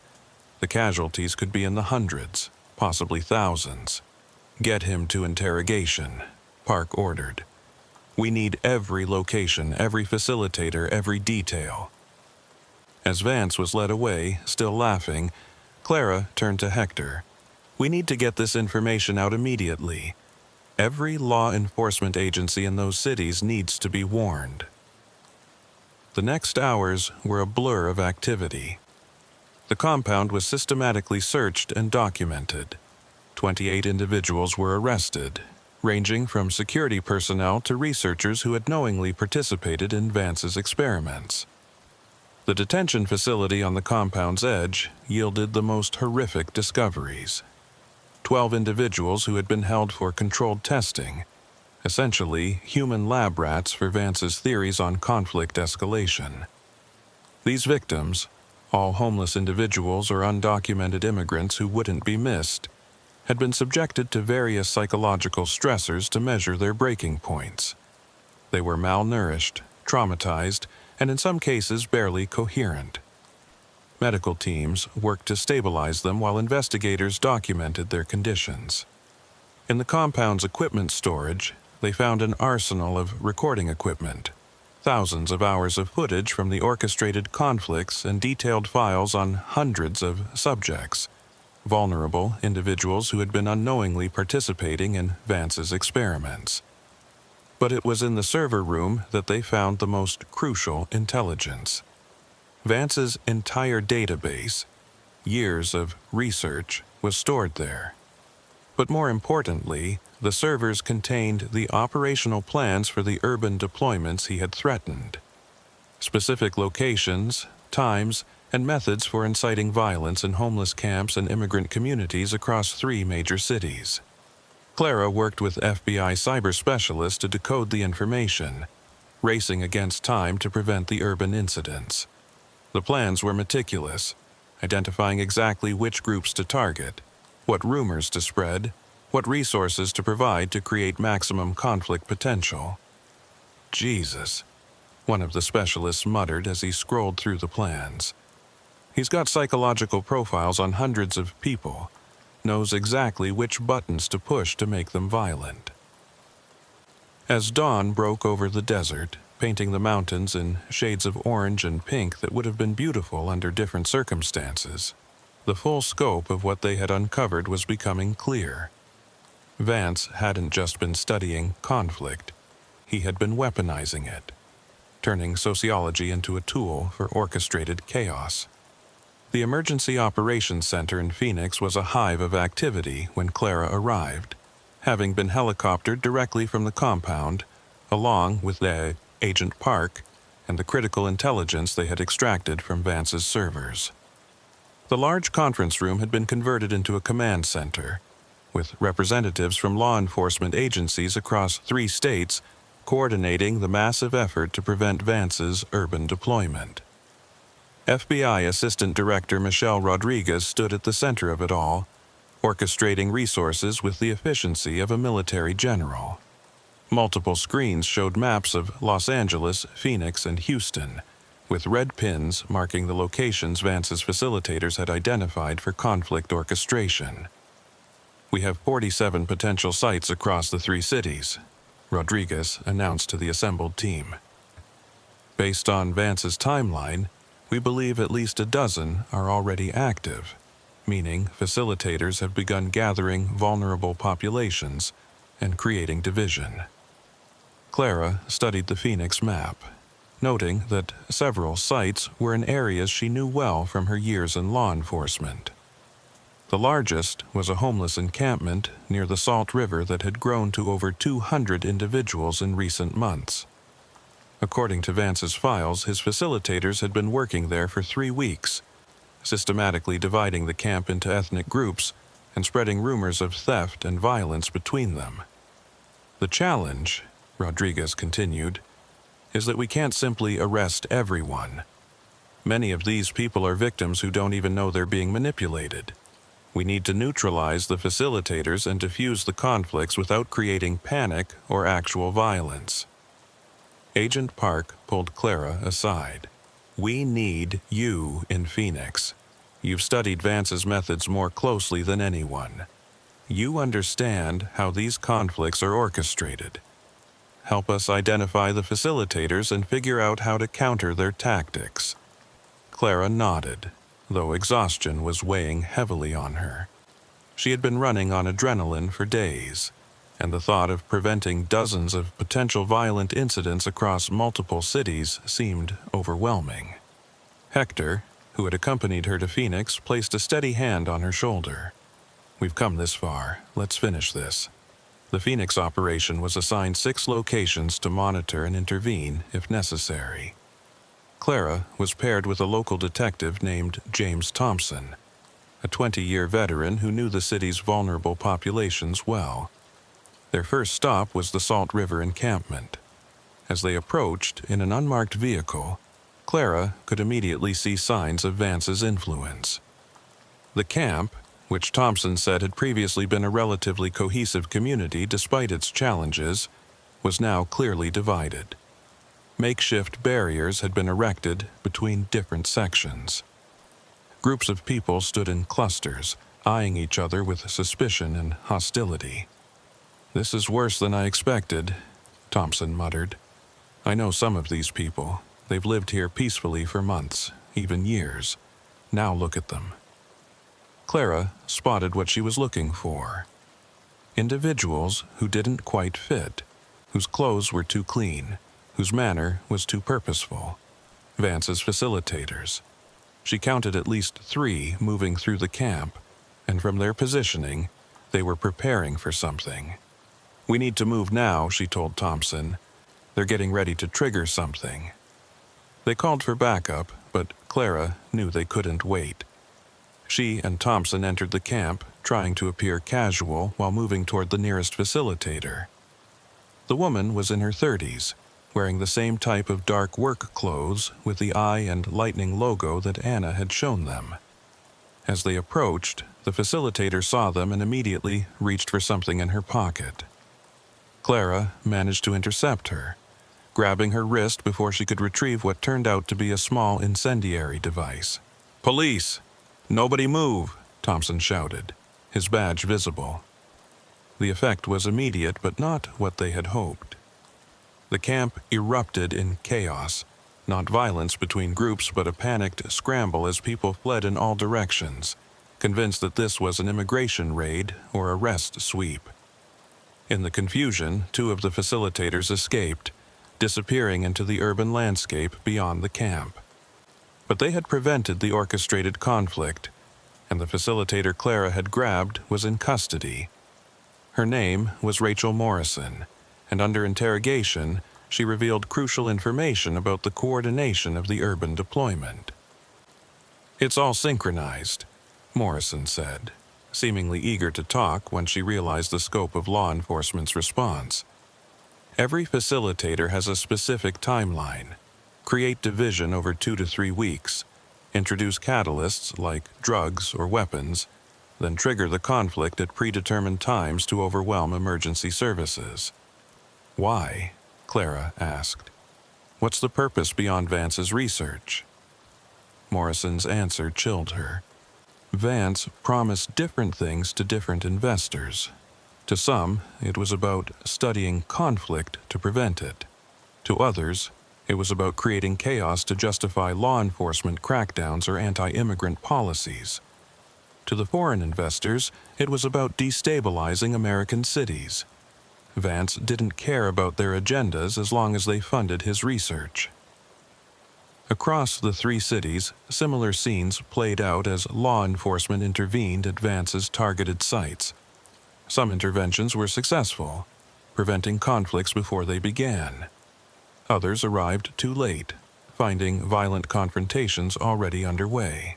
The final tally was sobering: 18 prevented incidents, 7 partial interventions where violence was contained, and 4 sites where full-scale conflicts erupted before authorities arrived. The human cost was significant: 43 injured seriously enough to require hospitalization, 2 deaths, one from a stabbing, another from a heart attack during a confrontation, and hundreds traumatized by violence they never saw coming. Back at the Emergency Operations Center, Clara watched news reports of the incidents. The media was struggling to make sense of what appeared to be spontaneous violence erupting across multiple cities simultaneously. Some outlets were already spinning conspiracy theories about coordinated attacks, while others blamed social conditions and poverty. None of them knew the truth: that a single man's twisted vision of scientific research had turned society's most vulnerable into unwitting subjects in a massive, violent experiment. Vance himself proved to be a disturbing interview subject. Now, in federal custody, he showed no remorse for the death and suffering he had caused. In recorded interrogation sessions, he maintained that his work was vital for understanding human conflict. "You think I'm a monster," he told his interrogators. "But I'm a scientist. Every war, every genocide, every riot happens because we don't understand the mechanics of human conflict. I was providing that understanding, the suffering of hundreds to save millions. It's a reasonable exchange." When confronted with videos of his victims, Vance's response was clinical. Each injury, each death provides data points: emotional responses to violence, escalation patterns, intervention effects.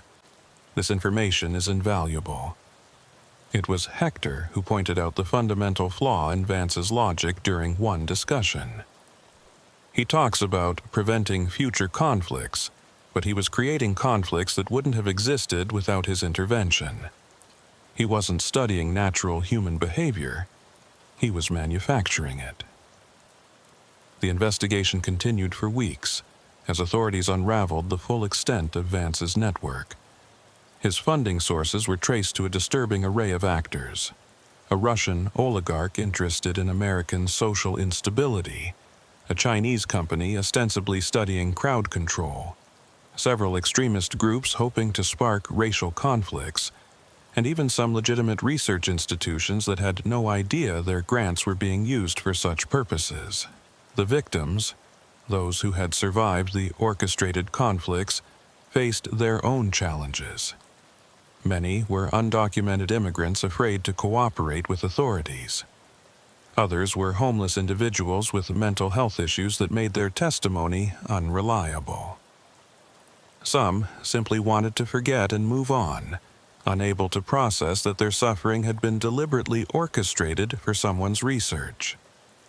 Clara found herself particularly troubled by one victim she interviewed, a man named Carlos, who had been in the Salt River camp. "I thought I knew who my enemies were," he told her. "Other homeless folks trying to steal my stuff, cops trying to move us along. But to find out someone was making us fight each other for science, how do you trust anyone after that?" His question haunted Clara. Vance's experiments had not just caused physical violence. They had shattered the fragile trust that existed in communities already struggling with poverty and marginalization.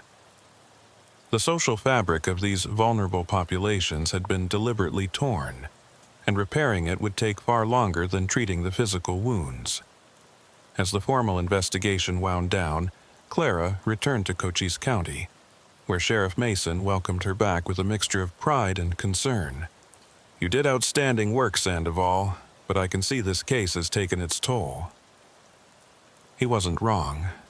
Clara found herself constantly suspicious of conflicts she encountered, wondering if they were organic or orchestrated. Every homeless camp she passed, every group of day laborers, every gathering of society's marginalized, made her wonder if someone was watching, manipulating, documenting. One evening, 3 months after Vance's arrest, Clara and Hector met at a small bar in Bisbee. The trial was approaching, and they would both have to testify. But that night, they just wanted to process everything they had experienced. "Do you think Vance was right about one thing?" Hector asked after a long silence. "That understanding conflict dynamics could prevent future violence?" Clara considered the question carefully. "Maybe, but not like this. You can't understand human behavior by forcing it into artificial patterns. Vance wasn't studying conflict. He was creating it.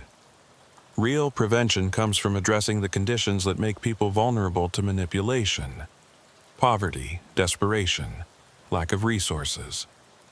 Hector nodded. "The saddest part is that all those people, the homeless, the migrants, they were already struggling. Vance just weaponized their struggles." As they talked, Clara's phone buzzed with a news alert. There had been a fight at a homeless camp in Tucson. Her first instinct was to wonder if it was connected to Vance somehow, if they had missed some part of his network. But then she forced herself to stop. Not every conflict was orchestrated. Sometimes, desperate people in difficult situations came into conflict naturally. The trial of Marcus Vance and his accomplices became a sensation, though the full details were kept from the public to prevent copycat incidents. Vance was eventually convicted on multiple charges including conspiracy, incitement to violence, and murder, receiving a life sentence without possibility of parole. His research, all those terabytes of data derived from human suffering, was sealed by court order, deemed too dangerous to ever be released. During his sentencing, Vance made a final statement that sent chills through the courtroom. "You can imprison me, but you can't imprison ideas. Others will continue this work. The need to understand human conflict is too important. Someone will pick up where I left off, and they'll be smarter, more careful. The experiment will continue." Clara wanted to dismiss this as the ravings of a delusional man, but she knew there was a kernel of truth in his words. The techniques Vance had developed, the methodology of orchestrating conflict among vulnerable populations, was now known. Despite efforts to suppress the information, details had leaked. Somewhere, someone might be planning similar experiments. In the aftermath of the case, Clara found herself changed. She had always known that evil existed, but Vance had shown her a particularly insidious form of it. Evil dressed up as science, cruelty justified by data, suffering transformed into spreadsheets and statistics. It was a reminder that the most dangerous people weren't always the ones with guns or drugs, but sometimes those with clipboards and cameras, watching from the shadows and taking notes while others bled. The abandoned properties around Cochise County were gradually cleaned up, some demolished, others renovated for legitimate uses. But Clara could never pass one without remembering what had happened there. How desperation had been transformed into data points in a madman's research. 1 year after Vance's arrest, Clara received a package with no return address. Inside was a flash drive and a note in Anna's handwriting. "They're starting again. Different cities, different methods, but the same idea. Be ready." Clara stared at the flash drive, knowing that opening it would mean starting down another dark path. But she also knew she couldn't ignore it. Vance had been right about one thing. The experiment would continue. And as long as it did, people like Clara would have to be ready to stop it. She inserted the flash drive into her computer, watching as files began to appear. Maps of new cities, lists of vulnerable populations, analysis of conflict potential. The methodology was different, more subtle than Vance's approach, but the core concept remained: turning human misery into data, orchestrating suffering for study. Clara picked up her phone and called Agent Park. "We have a problem," she said when he answered. "It's happening again." As she began to explain what she had found, Clara realized that her fight against those who would exploit society's most vulnerable was far from over. Vance had been stopped, but he had also been a proof of concept. Others had seen what was possible and were refining the approach. The night patrol that had started with strange lights and sounds at an abandoned ranch had led to something much larger, an ongoing battle against those who saw human suffering not as a tragedy to be prevented, but as a resource to be exploited. And Clara knew that as long as such people existed, her work would never truly be done. Outside her window, the desert stretched endlessly under the starlit sky. Somewhere out there, in abandoned buildings and forgotten corners, vulnerable people gathered seeking shelter and community. And somewhere else, predators watched and planned, seeing not human beings but subjects for their twisted experiments. Clara closed the files and prepared to begin again. The night patrol continued, not just through the physical darkness of the desert, but through the moral darkness of those who would turn poverty into a laboratory and desperation into data. She had chosen this path, to stand between the vulnerable and those who would exploit them. And despite the toll it took, despite the horrors she had witnessed, she would continue. Because if Vance's experiments had taught her anything, it was that evil flourished when good people looked away. And Clara Sandoval would never look away again. A monotonous silence reigned in the dispatch center of the Santa Cruz County Sheriff's Department. This was broken at 2:47 a.m. by the crackling sound of the radio. Teresa Quintero was working her third night shift. When she reached for her coffee cup, she found it empty. Despite having worked as a dispatch officer for 8 years, the night shifts at the Arizona-Mexico border were still as challenging as they had been in the early days. Only the environment she found herself in had become more familiar. "Unit 7, this is dispatch," she spoke into her headset, recognizing Sheriff Vicente Navarro's call sign before he even identified himself. After 5 years of working together, she knew the subtle patterns of his radio protocol, the way he paused before transmitting, the particular static signature of his vehicle's radio. "Dispatch, Unit 7. I'm approximately 12 miles south of Arivaca on Ruby Road, following up on that reported suspicious vehicle from earlier. No visual yet, but I'm approaching the coordinates the rancher provided." Teresa pulled up the incident report on her screen. A local rancher named Dale Morrison had called in around midnight, reporting a white van parked on a dirt road that bordered his property. Morrison said the vehicle had been there since at least sunset, hadn't moved, and appeared abandoned. In this part of Arizona, 30 miles from the Mexican border, abandoned vehicles often meant one of 3 things: mechanical failure, drug smuggling, or human trafficking. Sometimes all 3. "Copy that, Unit 7. Be advised, backup is approximately 45 minutes out if needed. Deputy Rodriguez is handling a domestic in Tubac." "Understood," Navarro replied, his voice carrying that particular mix of weariness and alertness that came from too many years patrolling these borderlands alone. Vicente Navarro had been sheriff of Santa Cruz County for 6 years, and at 48 he'd spent more than half his life in law enforcement.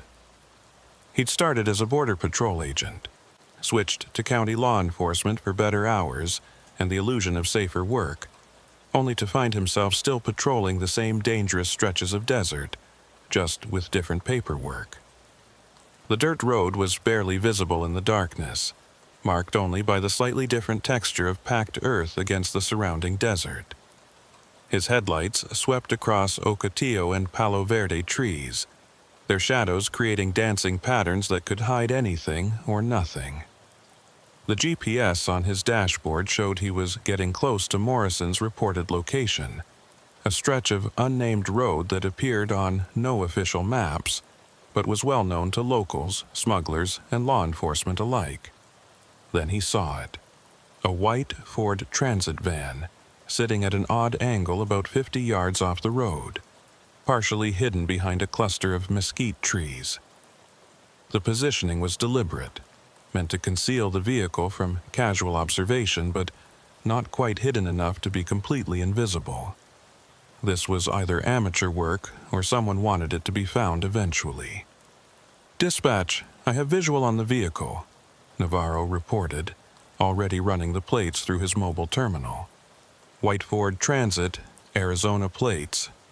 He squinted through his binoculars. "Kilo Romeo 74391. Teresa's fingers flew across her keyboard. "Unit 7, plates come back to a rental company in Phoenix. Rented 5 days ago to Michael Thompson. Address listed as a hotel in Phoenix. Running Thompson now." While she searched, Navarro approached the van cautiously, his hand resting on his service weapon but not drawing it. 23 years of experience had taught him to be prepared for anything, but not to escalate unnecessarily. The van's windows were tinted, making it impossible to see inside from a distance. No light emanated from within, no sounds of movement or running engine. Michael Thompson shows a suspended license, one prior for possession. Nothing violent, Teresa reported. "But Sheriff, that name's been flagged by DEA. Possible alias used in 3 previous smuggling investigations." Navarro felt the familiar tightness in his chest that came with potentially dangerous situations when backup was too far away to matter. He keyed his shoulder mic. "Copy that. I'm going to approach and check the vehicle. Keep the channel clear." The desert silence was absolute, except for his footsteps on the gravelly soil and the distant call of a great horned owl. As he got closer, he could see that the van's driver's side door was slightly ajar, the dome light off despite the door being open. That meant either the battery was dead or someone had deliberately disabled the interior lights, a common smuggler's modification. "Sheriff's Department," Navarro announced loudly, his voice carrying across the empty desert. "Anyone in the vehicle, make yourself known." Silence. He approached the driver's door, flashlight in his left hand, right hand still on his weapon. Through the gap in the door, he could see the driver's seat was empty. Dark stains on the fabric caught his attention immediately. Blood, dried but not ancient, maybe a day or 2 old. Not enough for a fatal wound, but significant enough to suggest serious injury. Navarro pulled the door fully open, the hinges creaking in protest. The smell hit him immediately. Blood, sweat, fear, and something else. Something chemical and sharp. The dashboard had been torn apart, wires hanging loose where electronics had been hastily removed. The police radio mount was empty, but marks in the dust showed something had been there recently. "Dispatch, vehicle is abandoned. Signs of blood in the driver's area. Dashboard has been stripped. Checking the cargo area now." "Copy that, Unit 7. Want me to notify Border Patrol?" "Not yet. Let me finish my initial assessment." The cargo area of the van told a more complete story. Dozens of water jugs, some full, some empty. Backpacks arranged in rows, each one identical, the kind bought in bulk. Blankets, food supplies, and most tellingly a set of fraudulent documents scattered across the floor. Fake Social Security cards, driver's licenses, work permits. But these weren't high-quality forgeries. They were rush jobs, the kind made when plans had gone wrong and people needed documentation quickly. Navarro photographed everything methodically, his flashlight beam revealing more disturbing details. More blood, this time on the cargo door handle and floor. Drag marks in the dust leading from the van toward the desert. And there, caught on a sharp edge of metal, a torn piece of fabric that looked like it came from a uniform. Not military, but similar. Private security, maybe, or one of the militia groups that sometimes patrolled these areas illegally. "Teresa, I'm going to need a full forensics team out here at sunrise," he said into his radio.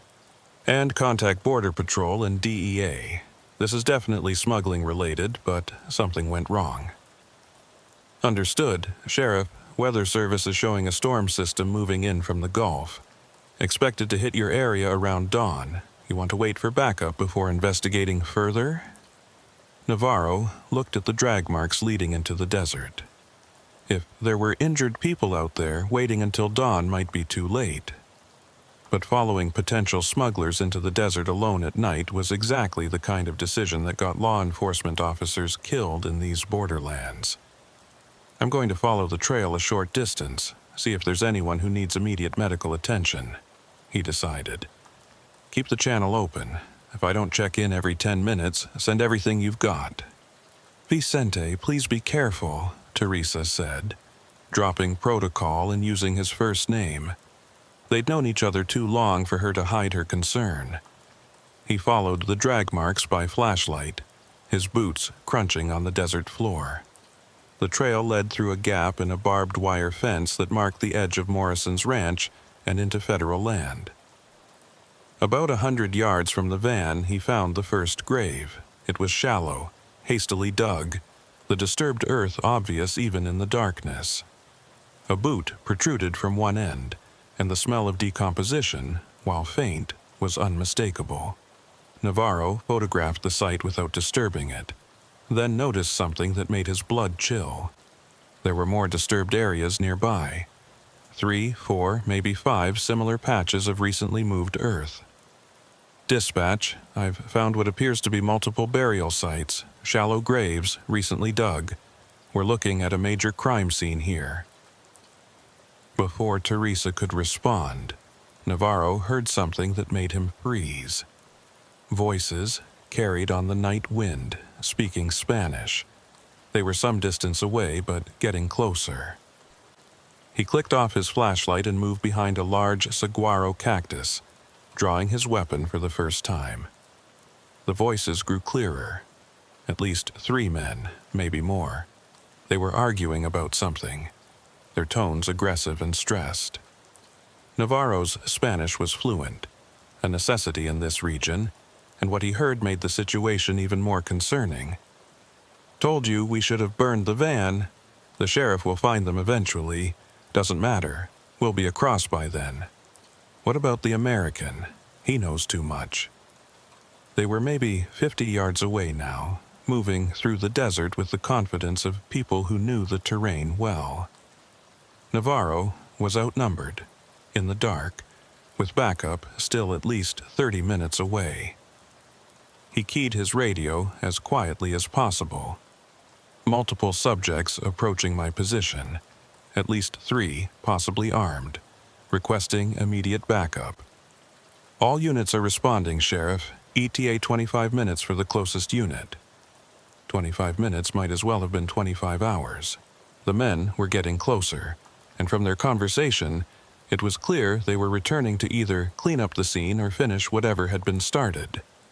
Navarro had 2 options: retreat to his vehicle and wait for backup, potentially losing valuable evidence and possibly witnesses, or stay hidden and gather intelligence.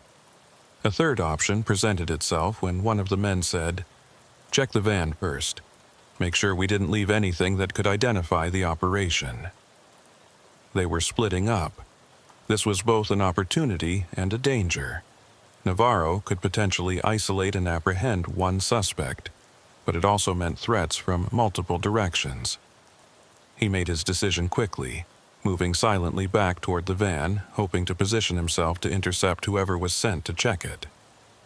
He had barely taken position behind a cluster of rocks near the van when a figure emerged from the darkness. Young, maybe mid-20s, wearing military-style tactical gear, but carrying himself like someone playing soldier rather than actual military. The assault rifle in his hands, however, was very real. The man approached the van cautiously, clearly nervous. He was alone, the others having continued toward the burial sites. This was Navarro's best chance, possibly his only chance. He waited until the man was examining the van's interior, his weapon lowered and attention focused on searching for something specific. "Sheriff's Department, drop your weapon and show your hands." The man spun around, raising his rifle instinctively. Navarro had a split second to make a decision that would be scrutinized by review boards and lawyers for months to come. The muzzle of the rifle swung toward him, and training took over. 2 shots, center mass. The man crumpled, his rifle clattering on the rocks.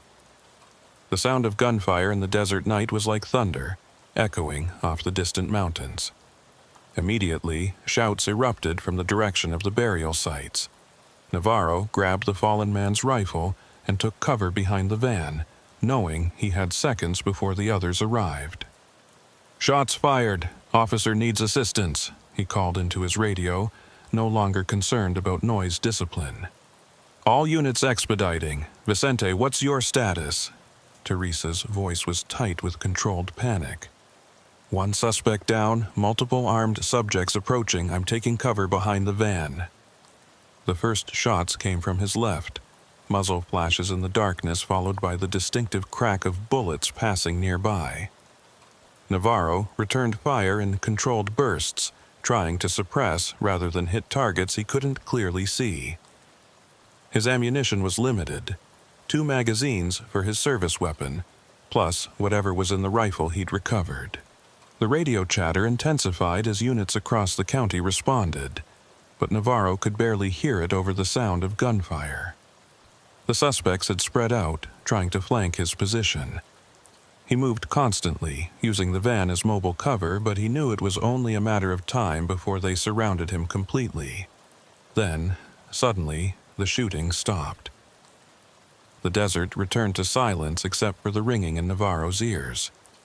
He stayed low, scanning for movement, wondering if they were repositioning or if something else had happened. A voice called out in accented English, "Sheriff, we don't want to kill a cop. This isn't about you. Just let us leave and everyone lives." "You know I can't do that," Navarro responded, trying to pinpoint the speaker's location. "Throw down your weapons and surrender. Backup is already en route." 5 minutes away, Vicente," Teresa whispered in his earpiece. "Border Patrol has a helicopter inbound too, ETA 8 minutes. 5 minutes. He just had to survive 5 more minutes." But then he heard something that changed everything. A woman's scream, coming from the direction of the burial sites. It was muffled, as if someone was trying to keep her quiet, but the terror in it was unmistakable. "You hear that, Sheriff?" the voice called out again. "We found something you missed. Pretty young thing was hiding in a hole out here. Now, you can keep playing hero, or you can let us go and we leave her here alive. Your choice." Navarro's mind raced. If there was a survivor, someone who had hidden from whatever violence had occurred here, he couldn't let her become another casualty. But he also knew that surrendering his position would likely mean his own death and the loss of any witnesses. "Prove she's alive," he called back, buying time. There was commotion in the darkness, then a young woman's voice speaking rapid Spanish begging for help. She sounded terrified but uninjured. Navarro made one of the hardest decisions of his career. "All right," he called out. "Here's the deal. You release the woman, let her walk to me, and you can leave. But you go on foot, leave your weapons." Laughter echoed across the desert. "You think we're stupid, Sheriff? No deal. You put down your weapons and walk away from the van. We take it and leave. The girl stays alive." 3 minutes, Vicente," Teresa updated him. "Whatever you're going to do." Before he could respond, headlights appeared in the distance, approaching fast on the dirt road. But something was wrong. The lights were coming from the wrong direction, from the south toward Mexico, not from the north where backup would approach. "Shit," the voice in the darkness cursed. "It's them. Sheriff, you need to run, now." The fear in the smuggler's voice was genuine and immediate. Whatever was approaching scared them more than the law enforcement did. Navarro heard them scrambling in the darkness. No longer concerned with him, their attention entirely on the approaching vehicles. 3 trucks crested the small rise, their headlights illuminating the entire scene like daylight. Navarro could see his attackers now. 4 men in tactical gear, abandoning their positions and running toward the desert. He also saw the woman they had mentioned. A young girl, really, maybe 18, crawling out from behind a rock formation. The truck stopped in a semicircle, and men poured out, at least a dozen, all armed with military-grade weapons. But these weren't cartel soldiers or smugglers. Their movements were too professional, too coordinated. They wore matching black tactical gear with no insignia, and they moved with the precision of trained military operators. "Sheriff Navarro," a voice called out from behind the blinding headlights. American accent, neutral, could have been from anywhere. "Please remain where you are. We're here to clean up this mess." "Identify yourself," Navarro demanded, though he kept his weapon lowered. These men, whoever they were, could have killed him already if that was their intent. A figure stepped forward, silhouetted against the headlights. "Let's just say we're concerned citizens who don't appreciate certain activities taking place so close to our border. The men who are shooting at you are part of a group that's been causing problems for everyone, law enforcement and legitimate businessmen alike." "Vicente, I've got units 30 seconds out," Teresa said in his ear. Multiple agencies responding. But even as she said it, Navarro could hear the distant sound of helicopters, more than one approaching from the south. The man in black seemed to hear them too. "Sheriff, in about 60 seconds, this place is going to be very crowded. You're going to want to focus on the van, the graves, and that young lady over there who I'm sure has quite a story to tell. You won't find us or the men who were shooting at you. But I can tell you this. Check the 3rd grave carefully. What you find there will explain everything." The men in black were already moving back to their vehicles with the same precision they'd shown arriving. Within seconds, they were driving away, lights off now, disappearing into the desert as sirens became audible in the distance. Navarro rushed to the young woman who was huddled against a rock, shaking with fear and cold. She was Hispanic, wearing torn clothes that had once been a waitress uniform from a restaurant Navarro recognized in Nogales. "You're safe now," he told her in Spanish, wrapping his jacket around her shoulders. "What's your name?" "Rosa," she whispered. "Rosa Martinez. They killed everyone else. I hid when the shooting started. I've been hiding for 2 days." "Who killed everyone? The men who were just here?" She shook her head. "No, others, Americans. They said they were police, but they weren't. They executed everyone. Miguel, Ana, Jorge, all of them. Said we saw something we shouldn't have. Dawn brought a crime scene that would haunt everyone who worked it. As the sun painted the desert in shades of orange and pink, revealing the full scope of what had occurred, even veteran investigators found themselves overwhelmed. The FBI had taken over the scene, given the international implications and the scale of the crime. But Navarro remained involved as the initial responding officer and the highest-ranking local law enforcement present. Special Agent Diana Foster, leading the FBI team, stood with Navarro at the edge of what they now knew were 7 shallow graves. The forensic team had worked through the night, carefully excavating each burial site. The victims were a mix of Mexican nationals and Americans, all showing signs of execution-style killings except for one. "The 3rd grave, just like your mysterious friend suggested," Foster said, gesturing to where technicians were photographing the most unusual discovery. "James Mitchell, age 44, former DEA agent who supposedly died in a car accident 3 years ago." Navarro studied the body, which was notably fresher than Mitchell's supposed death date would suggest. He's only been dead maybe 3 days, so either someone faked his death 3 years ago, or there's a much bigger game being played here, Foster finished. Mitchell was investigating corruption within border enforcement agencies when he died. His accident was suspicious, but the case was closed quickly. Too quickly, according to some. Teresa's voice crackled through Navarro's radio. "Sheriff, I'm patching through a call from the hospital. It's about the survivor." Rosa Martinez had been transported to the medical center in Nogales for treatment and observation. She was dehydrated and traumatized, but physically unharmed.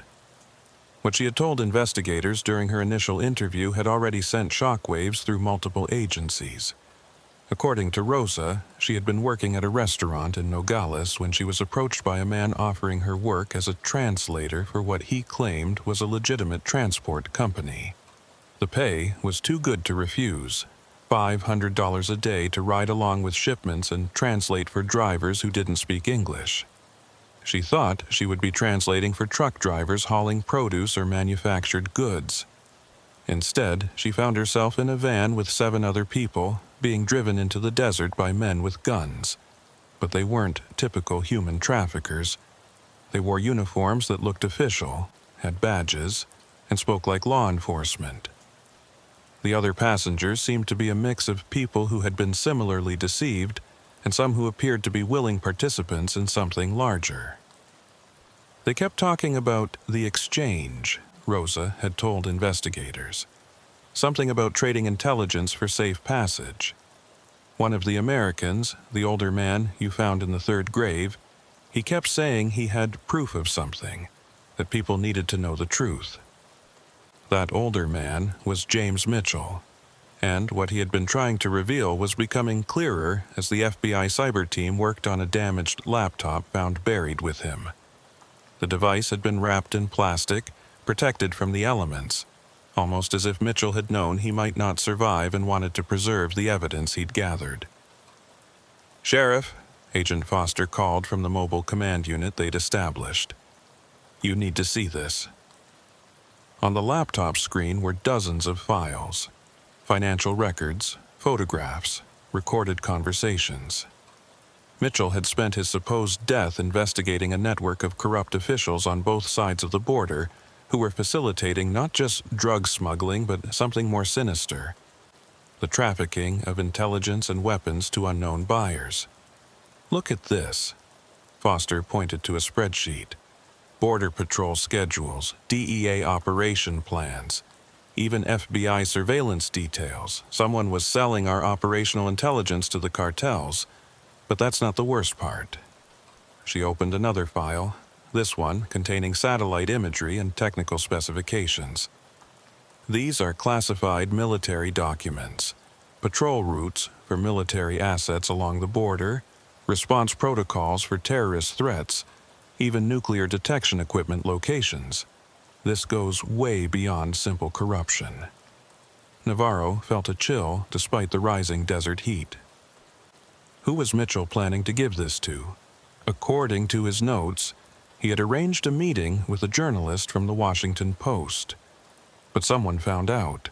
The massacre here was about stopping that information from getting out. The young woman's survival suddenly made more sense. She had been an unintended witness, someone who wasn't supposed to be there. The killers had eliminated everyone who knew about Mitchell's evidence but had somehow missed Rosa hiding in the darkness. As the day progressed, more pieces of the puzzle emerged. The van's stripped dashboard had contained sophisticated communication equipment capable of intercepting and decoding encrypted law enforcement channels. The fake documents weren't for smuggling immigrants, but for creating clean identities for intelligence assets. The water and supplies were props, camouflage for the real operation. "We've identified 2 more bodies," a forensic technician reported to Foster and Navarro. Marcus Rodriguez, former Army intelligence discharged in 2018, and Sarah Kim, a contractor who worked for a private security firm that had government contracts. Each victim, it seemed, had been part of Mitchell's network of informants, or had stumbled onto the operation accidentally. The execution-style killing suggested professional work, not cartel violence. Someone with training and resources had eliminated these people to protect the larger conspiracy. Navarro's phone rang. It was Sheriff Mason from Cochise County, a colleague he'd known for years. "Vicente, you need to be very careful. I just got a visit from some federal types asking about your investigation. They weren't FBI or DEA. When I asked for credentials, they left. Something's not right." Before Navarro could respond, he noticed several black SUVs approaching the crime scene on the dirt road. They bore no agency markings, and the men who emerged wore suits despite the desert heat. One of them, a tall man with prematurely gray hair, walked directly toward Foster and Navarro. "Agent Foster, Sheriff Navarro," he said, producing credentials that identified him as Deputy Director Harold Morrison from the Department of Homeland Security. "I'm afraid this investigation is now under federal jurisdiction. We'll need all evidence and documentation transferred to our team immediately." Foster bristled. "This is an active FBI crime scene. You can't just—" "I can and I am," Morrison interrupted, handing her a document. "This is a national security matter now. Your involvement ends here." Navarro read the document over Foster's shoulder. It was legitimate, signed by people so high up the chain of command that arguing would be career suicide. But something about Morrison's urgency suggested this was less about investigating the crime and more about controlling the narrative. "What about the survivor?" Navarro asked. "Rosa Martinez?" Morrison's expression didn't change. "She'll be transferred to federal protective custody for her safety.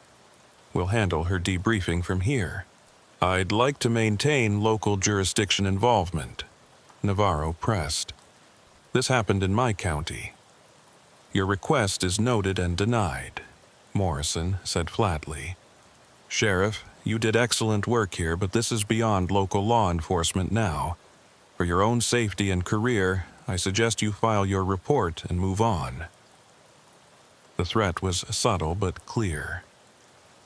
Navarro watched as federal agents began dismantling the FBI's crime scene operation, loading evidence into their vehicles with an efficiency that suggested they'd done this before. Foster looked furious but helpless. As the federal takeover proceeded, Navarro noticed one of the forensic technicians, a young woman named Julie Smith, quietly slip him a flash drive while pretending to return his evidence bags. "Copies of everything," she whispered. "Something's not right here." Within an hour, the crime scene was cleared, the evidence removed, and the federal agents gone. The desert returned to its normal quiet, as if the violence and revelations of the past 24 hours had never occurred. But Navarro had the flash drive, and he knew Rosa Martinez was still at the hospital, at least for now.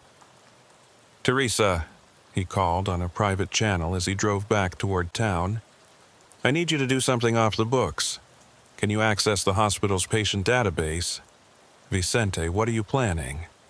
Those federal agents are going to make Rosa disappear, probably claim she was never here.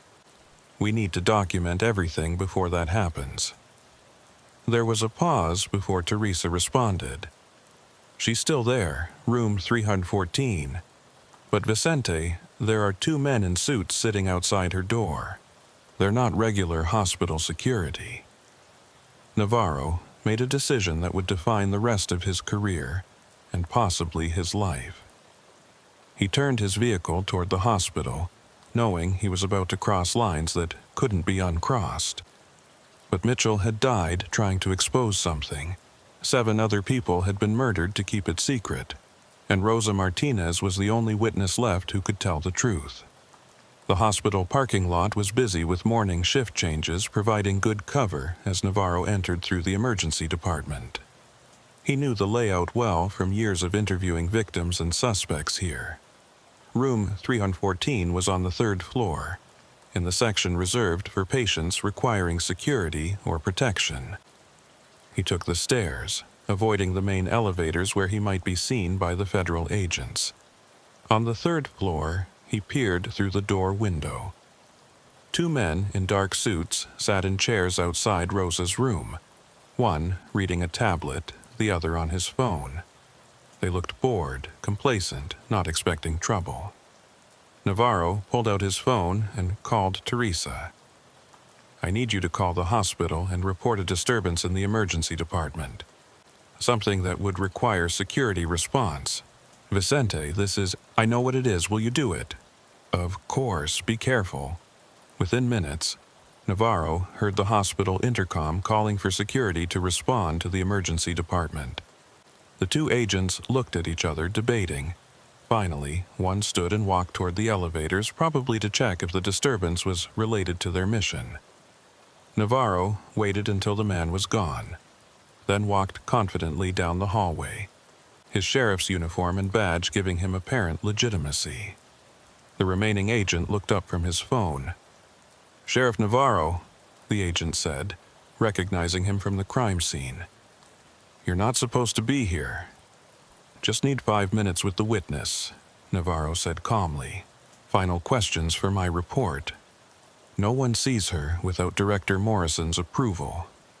Navarro nodded, as if accepting this, then suddenly grabbed the agent's phone and shoved him backward. The man, caught off guard, stumbled over his chair. Navarro was through the door before the agent could recover.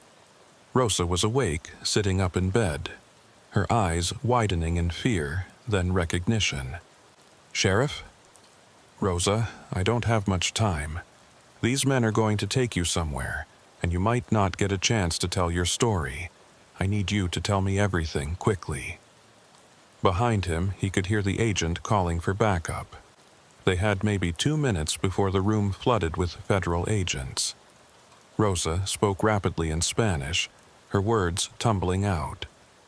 "The American, Mitchell, he talked to me before they killed him. He said the corruption goes all the way to Washington. People in Homeland Security, CIA, even Congress. They're selling secrets to anyone who pays. Cartels, foreign governments, terrorists." He had proof on his computer. "Did he say who specifically?" "Morrison. He mentioned that name.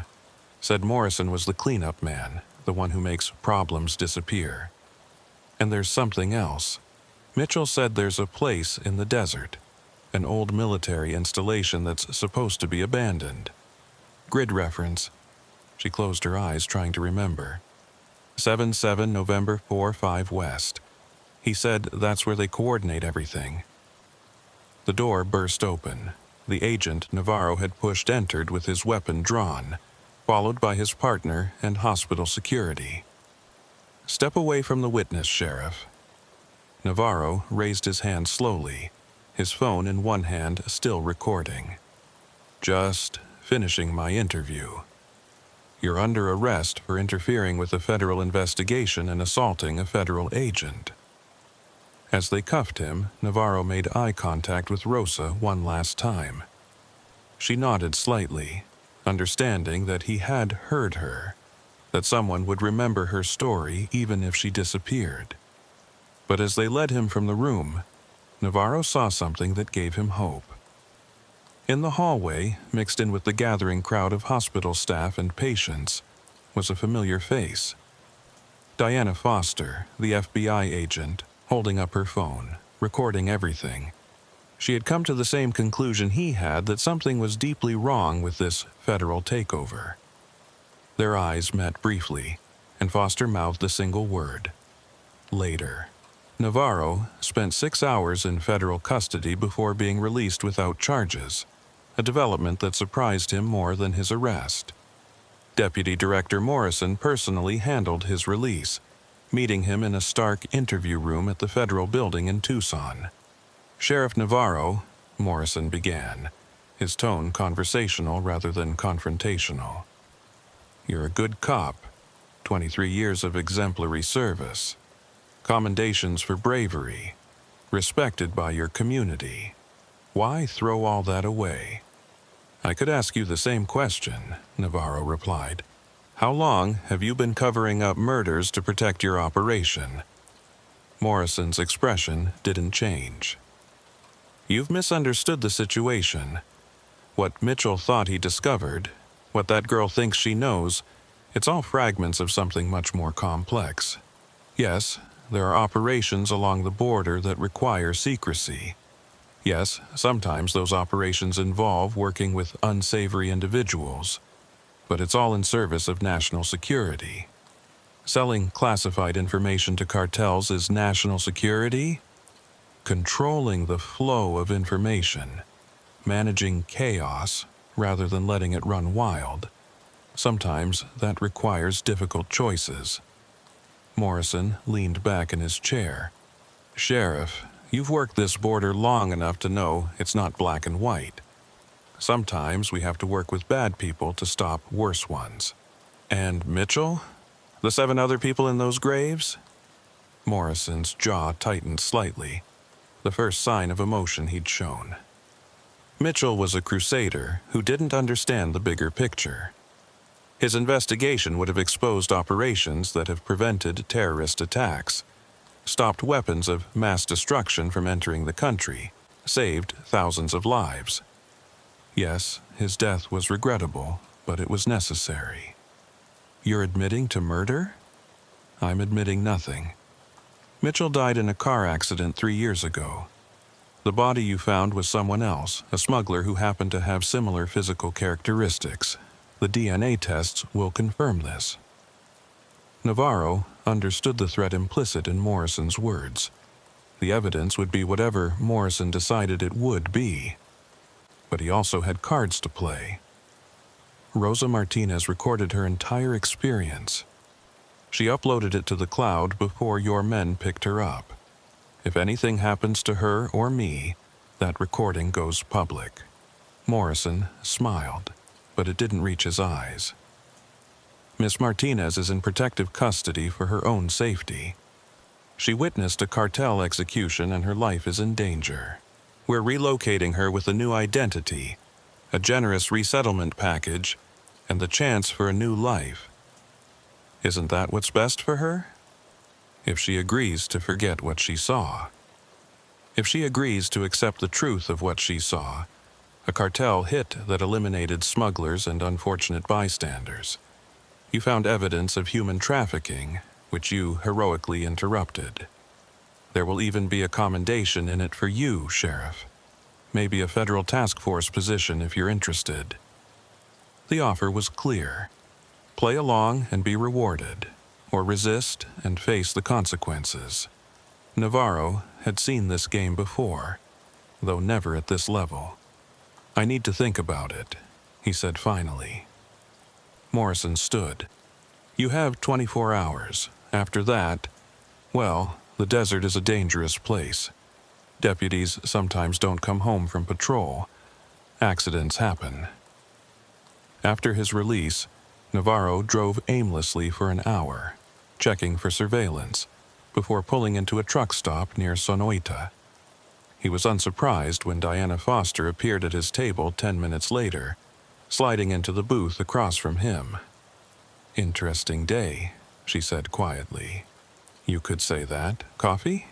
They ordered, making small talk until the waitress was gone. Then Foster leaned forward. I've been investigating Morrison and his network for 2 years. Mitchell was my informant. Navarro wasn't entirely surprised. FBI Internal Affairs? Something like that. There's a joint task force, very small, very secret, investigating corruption at the highest levels of border security. Morrison is just middle management in something much bigger. She pulled out a tablet, showing him a complex organizational chart. This is what we've mapped so far. It includes officials from Homeland Security, CIA, DEA, Border Patrol, and at least 3 members of Congress. They call themselves the Line, as in holding the line against chaos. They believe the official government is too constrained by laws and oversight to effectively protect the country. So they created their own shadow operation. Exactly. They facilitate certain smuggling operations to maintain control over the criminal networks. They sell intelligence to cartels to keep them fighting each other rather than uniting. They eliminate threats to their operation, whether those threats are criminals, terrorists, or federal agents who get too close to the truth. Navarro studied the chart, recognizing several names, people he'd worked with or reported to over the years. How deep does this go? We don't know. Mitchell was close to finding out when they discovered him. The massacre at the border was about eliminating him and anyone he might have told about his investigation. What about Rosa Martinez? Foster's expression darkened. She's the key. She's the only surviving witness to the execution, the only one who can testify that it wasn't a cartel hit. But Morrison has her, and we can't get a warrant without revealing our investigation. Navarro pulled out the flash drive Julie Smith had given him. The forensic technician made copies of everything before Morrison's team seized it. Foster's eyes widened. That could be enough to get federal warrants to bring this whole thing down, but we need Rosa's testimony to make it stick. Morrison gave me 24 hours to decide whether to play along. He doesn't know you're investigating him? As far as he knows, I'm just an FBI agent who got pulled off an interesting case. But Vicente, if you cross him, he will kill you. He's done it before. Navarro thought about his 23 years in law enforcement, about the oath he'd taken, about the bodies in those shallow graves. Then we have 24 hours to find Rosa and bring down the line. They spent the next hours planning. Foster would use the flash drive evidence to expedite federal warrants while maintaining the appearance of accepting the case reassignment. Navarro would pretend to agree to Morrison's terms while trying to locate Rosa. Teresa proved instrumental in the search. Using her access to various law enforcement databases, she tracked the federal vehicles that had transported Rosa from the hospital. They had driven north toward Phoenix, but then disappeared from traffic cameras near an Air Force base. They're probably holding her at a federal safe house, Foster said, studying the map. Morrison has access to several in Arizona, black sites used for witness protection or interrogation. How do we find the right one? We don't. We make Morrison bring her to us. The plan Foster proposed was dangerous but clever. Navarro would agree to Morrison's terms but insist on personally delivering Rosa to her new identity placement, claiming he needed to ensure her safety for his own conscience. Morrison, believing he had won, might agree to maintain Navarro's cooperation. That evening, Navarro called Morrison. "I'm in, but I have conditions." "You're hardly in a position to make demands, Sheriff. I need to know Rosa is safe. I need to see her relocated personally. You do that, and I'll not only stay quiet, I'll actively support your narrative. I'll even help identify others who might be problems for you." There was a long pause. "You're asking to be brought deeper into the operation." "I'm being pragmatic. You're right about the border. Sometimes we need to make hard choices, but I need to know the people under my protection are safe." "Very well. Tomorrow morning, 6 a.m., the abandoned Rocking K Ranch off Highway 82. Come alone. You'll escort Miss Martinez to her relocation point. After that, you're one of us." After the call, Navarro contacted Foster. "It's set. Rocking K Ranch, 6 a.m. That's 40 miles from any backup. If this goes wrong, then you'll have what you need on that flash drive to finish this without me." They refined their plan through the night. Foster would position FBI tactical teams just outside the area, ready to move in when Rosa was confirmed present. The goal was to extract Rosa and arrest Morrison simultaneously, but everyone knew the chances of everything going smoothly were slim. At 5:30 a.m., Navarro drove toward the Rocking K Ranch, the sunrise painting the mountains blood red. The abandoned ranch had been a crime scene before, a place where drug deals went bad and bodies were occasionally found. It was isolated enough that gunfire wouldn't attract attention and close enough to Mexico that bodies could disappear across the border. He arrived to find 3 black SUVs already there. Morrison standing beside one with two other men. There was no sign of Rosa. "Sheriff," Morrison greeted him, "glad you could make it. Miss Martinez is in the vehicle. We'll transport her together to the relocation site. I want to see her first." Morrison nodded to one of his men, who opened the rear door of the middle SUV. Rosa was inside, zip-tied and gagged, her eyes wide with fear. She was alive, but clearly a prisoner, not a protected witness. "Zip ties seem excessive for witness protection," Navarro observed. "She's been uncooperative, keeps insisting on telling her story to media outlets. We can't have that." Morrison's tone was casual, as if discussing a minor inconvenience. "Once she's relocated, she'll understand it's for her own good." Navarro knew this was the moment. Rosa was here. Morrison had essentially admitted to holding her against her will, and the FBI teams were in position. But something felt wrong. Morrison was too calm, too confident. "Before we go," Morrison said, "I need you to do something to prove your commitment." He handed Navarro a pistol. "There's a problem that needs solving, a loose end from the border incident." One of Morrison's men opened the back of the third SUV, revealing a bound figure.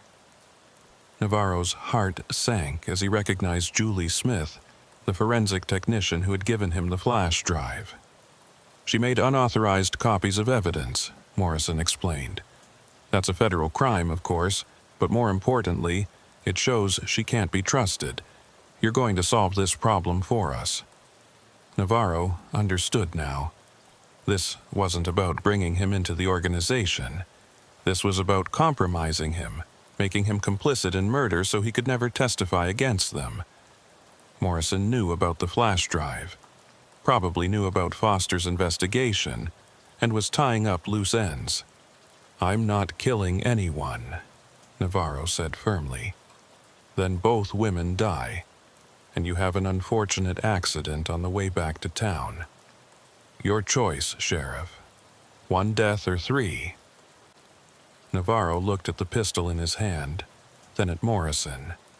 "You're right, there is a problem that needs solving." He raised the weapon, but instead of pointing it at Smith, he aimed at Morrison. "Federal agents, nobody move." The desert erupted in chaos.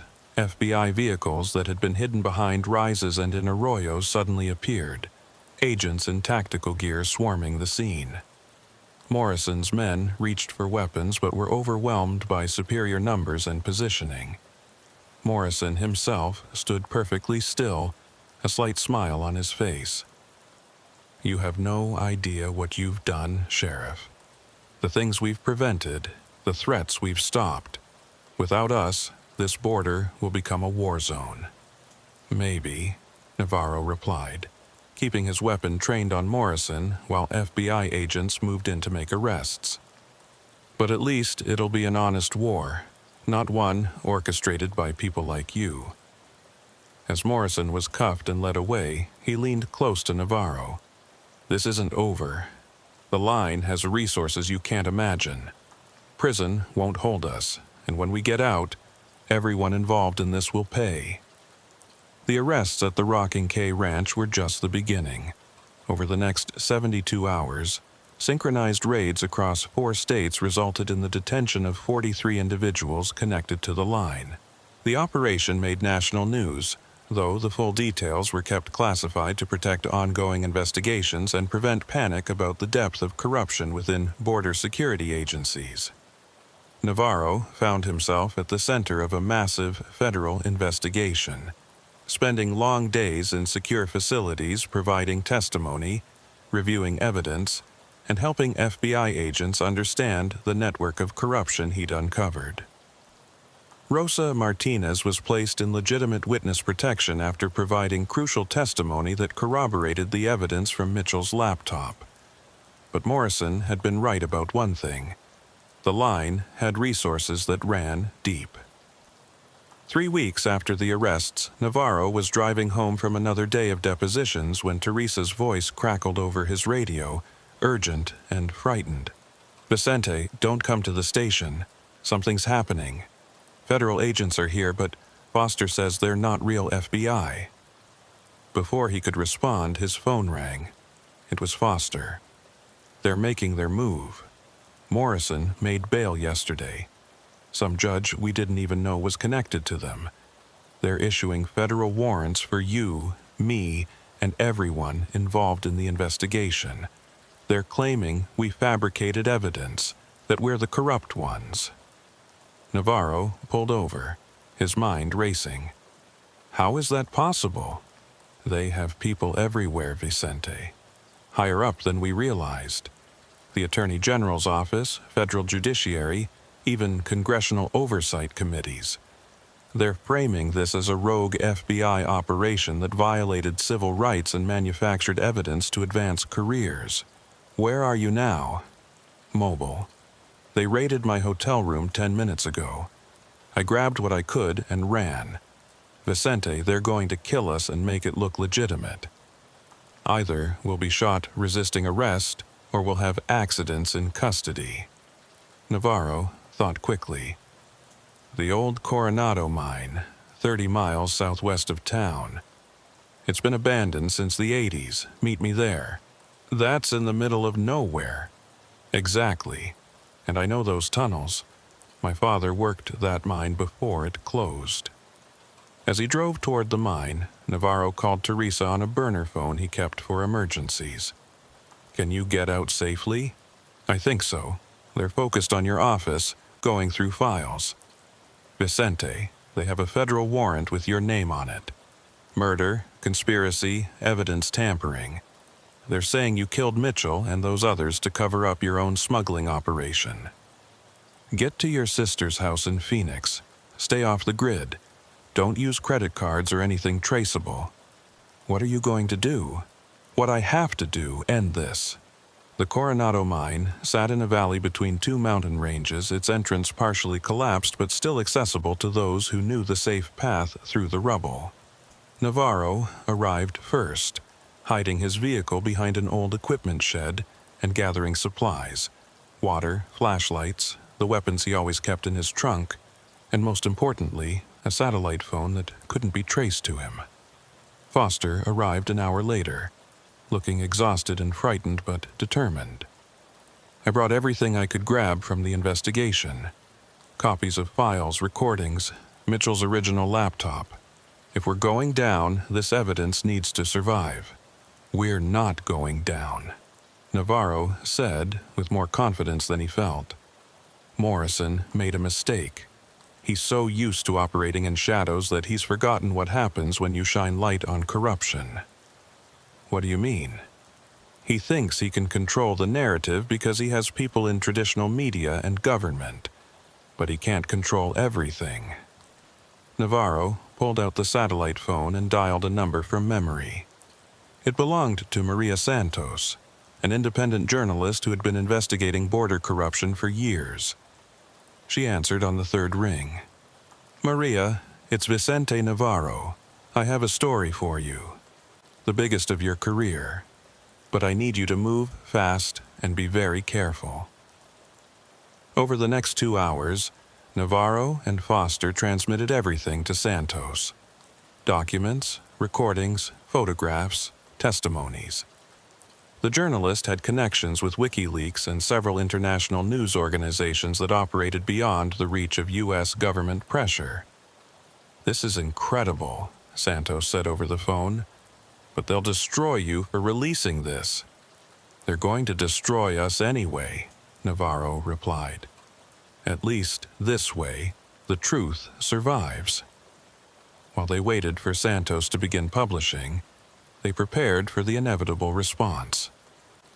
The mine provided good defensive positions, with multiple exits through old ventilation shafts if they needed to escape.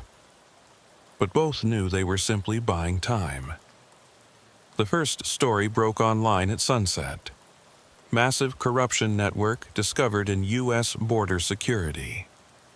Within an hour, it was trending globally. Santos had been smart, releasing through multiple platforms simultaneously, making it impossible to suppress. Morrison's response came at midnight. Navarro heard them before he saw them. Vehicles approaching without headlights, the sound of helicopters in the distance. He and Foster had taken position deep in the mine, where the narrow tunnels would neutralize the advantage of numbers. "Sheriff Navarro, Agent Foster." Morrison's voice echoed through the mine entrance, amplified by a megaphone. "You're under arrest for treason, murder, and conspiracy. Come out peacefully, and you'll receive due process." "Due process like Mitchell got?"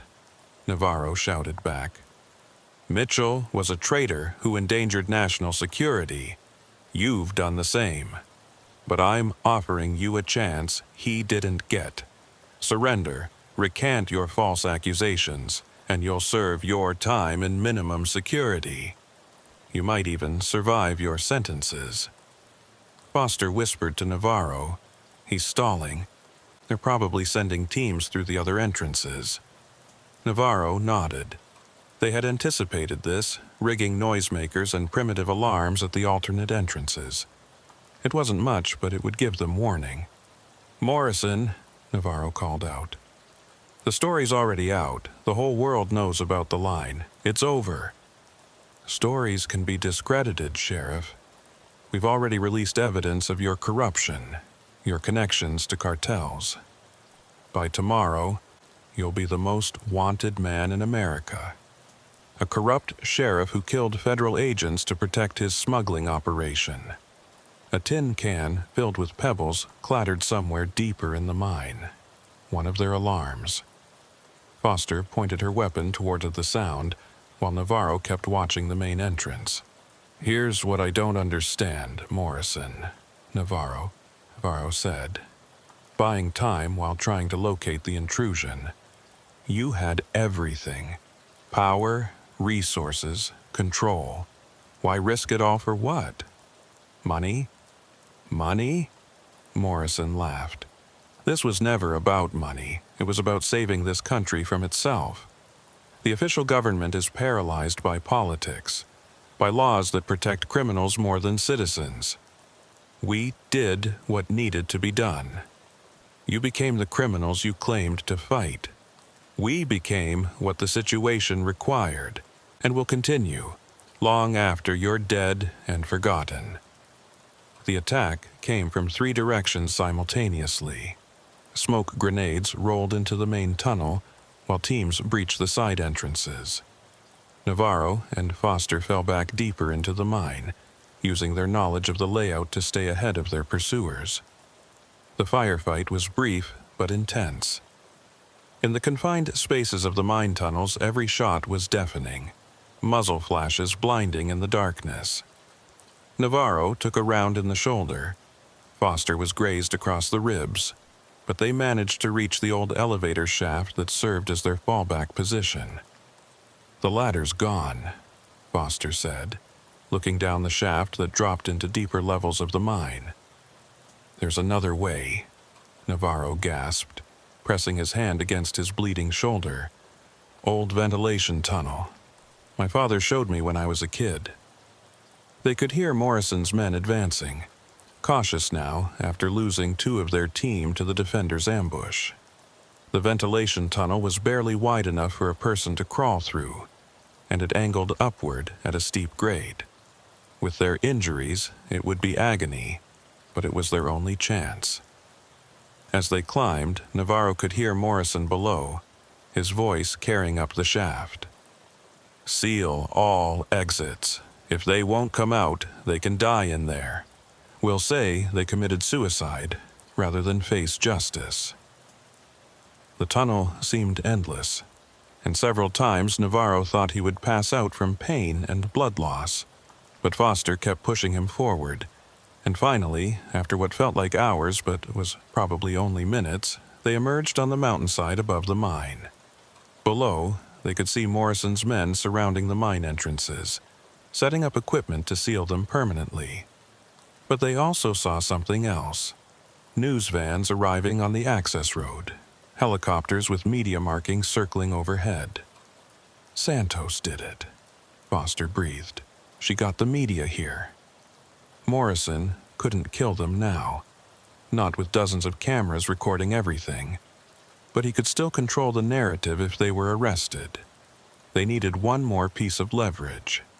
Navarro pulled out the satellite phone with his good arm and dialed a number Rosa Martinez had given him, one she said Mitchell had told her to use only in absolute emergency. The voice that answered was elderly but sharp. "Yes? This is Sheriff Vicente Navarro. Mitchell gave this number to Rosa Martinez. He said you could help if the line tried to bury the truth." There was a pause. "Is James really dead?" "Yes, sir. Murdered by Harold Morrison and his network." "I see. Sheriff, my name is Senator William Crawford, chairman of the Senate Intelligence Committee. James was my grandson. I've been waiting for this call for 3 years, hoping he was still alive but preparing for the worst. Are you somewhere safe?" "For the moment. But Morrison has federal warrants claiming we're the corrupt ones." "Not for long. I'm calling an emergency session of the committee. Morrison and his associates are about to learn what real federal authority looks like. Can you hold out for 2 more hours?" "We'll try." Crawford was as good as his word. Within an hour, legitimate federal marshals arrived, along with members of the military police. Morrison and his men were arrested on charges of impersonating federal agents, murder, and treason. The warrants against Navarro and Foster were vacated. The cleanup took months.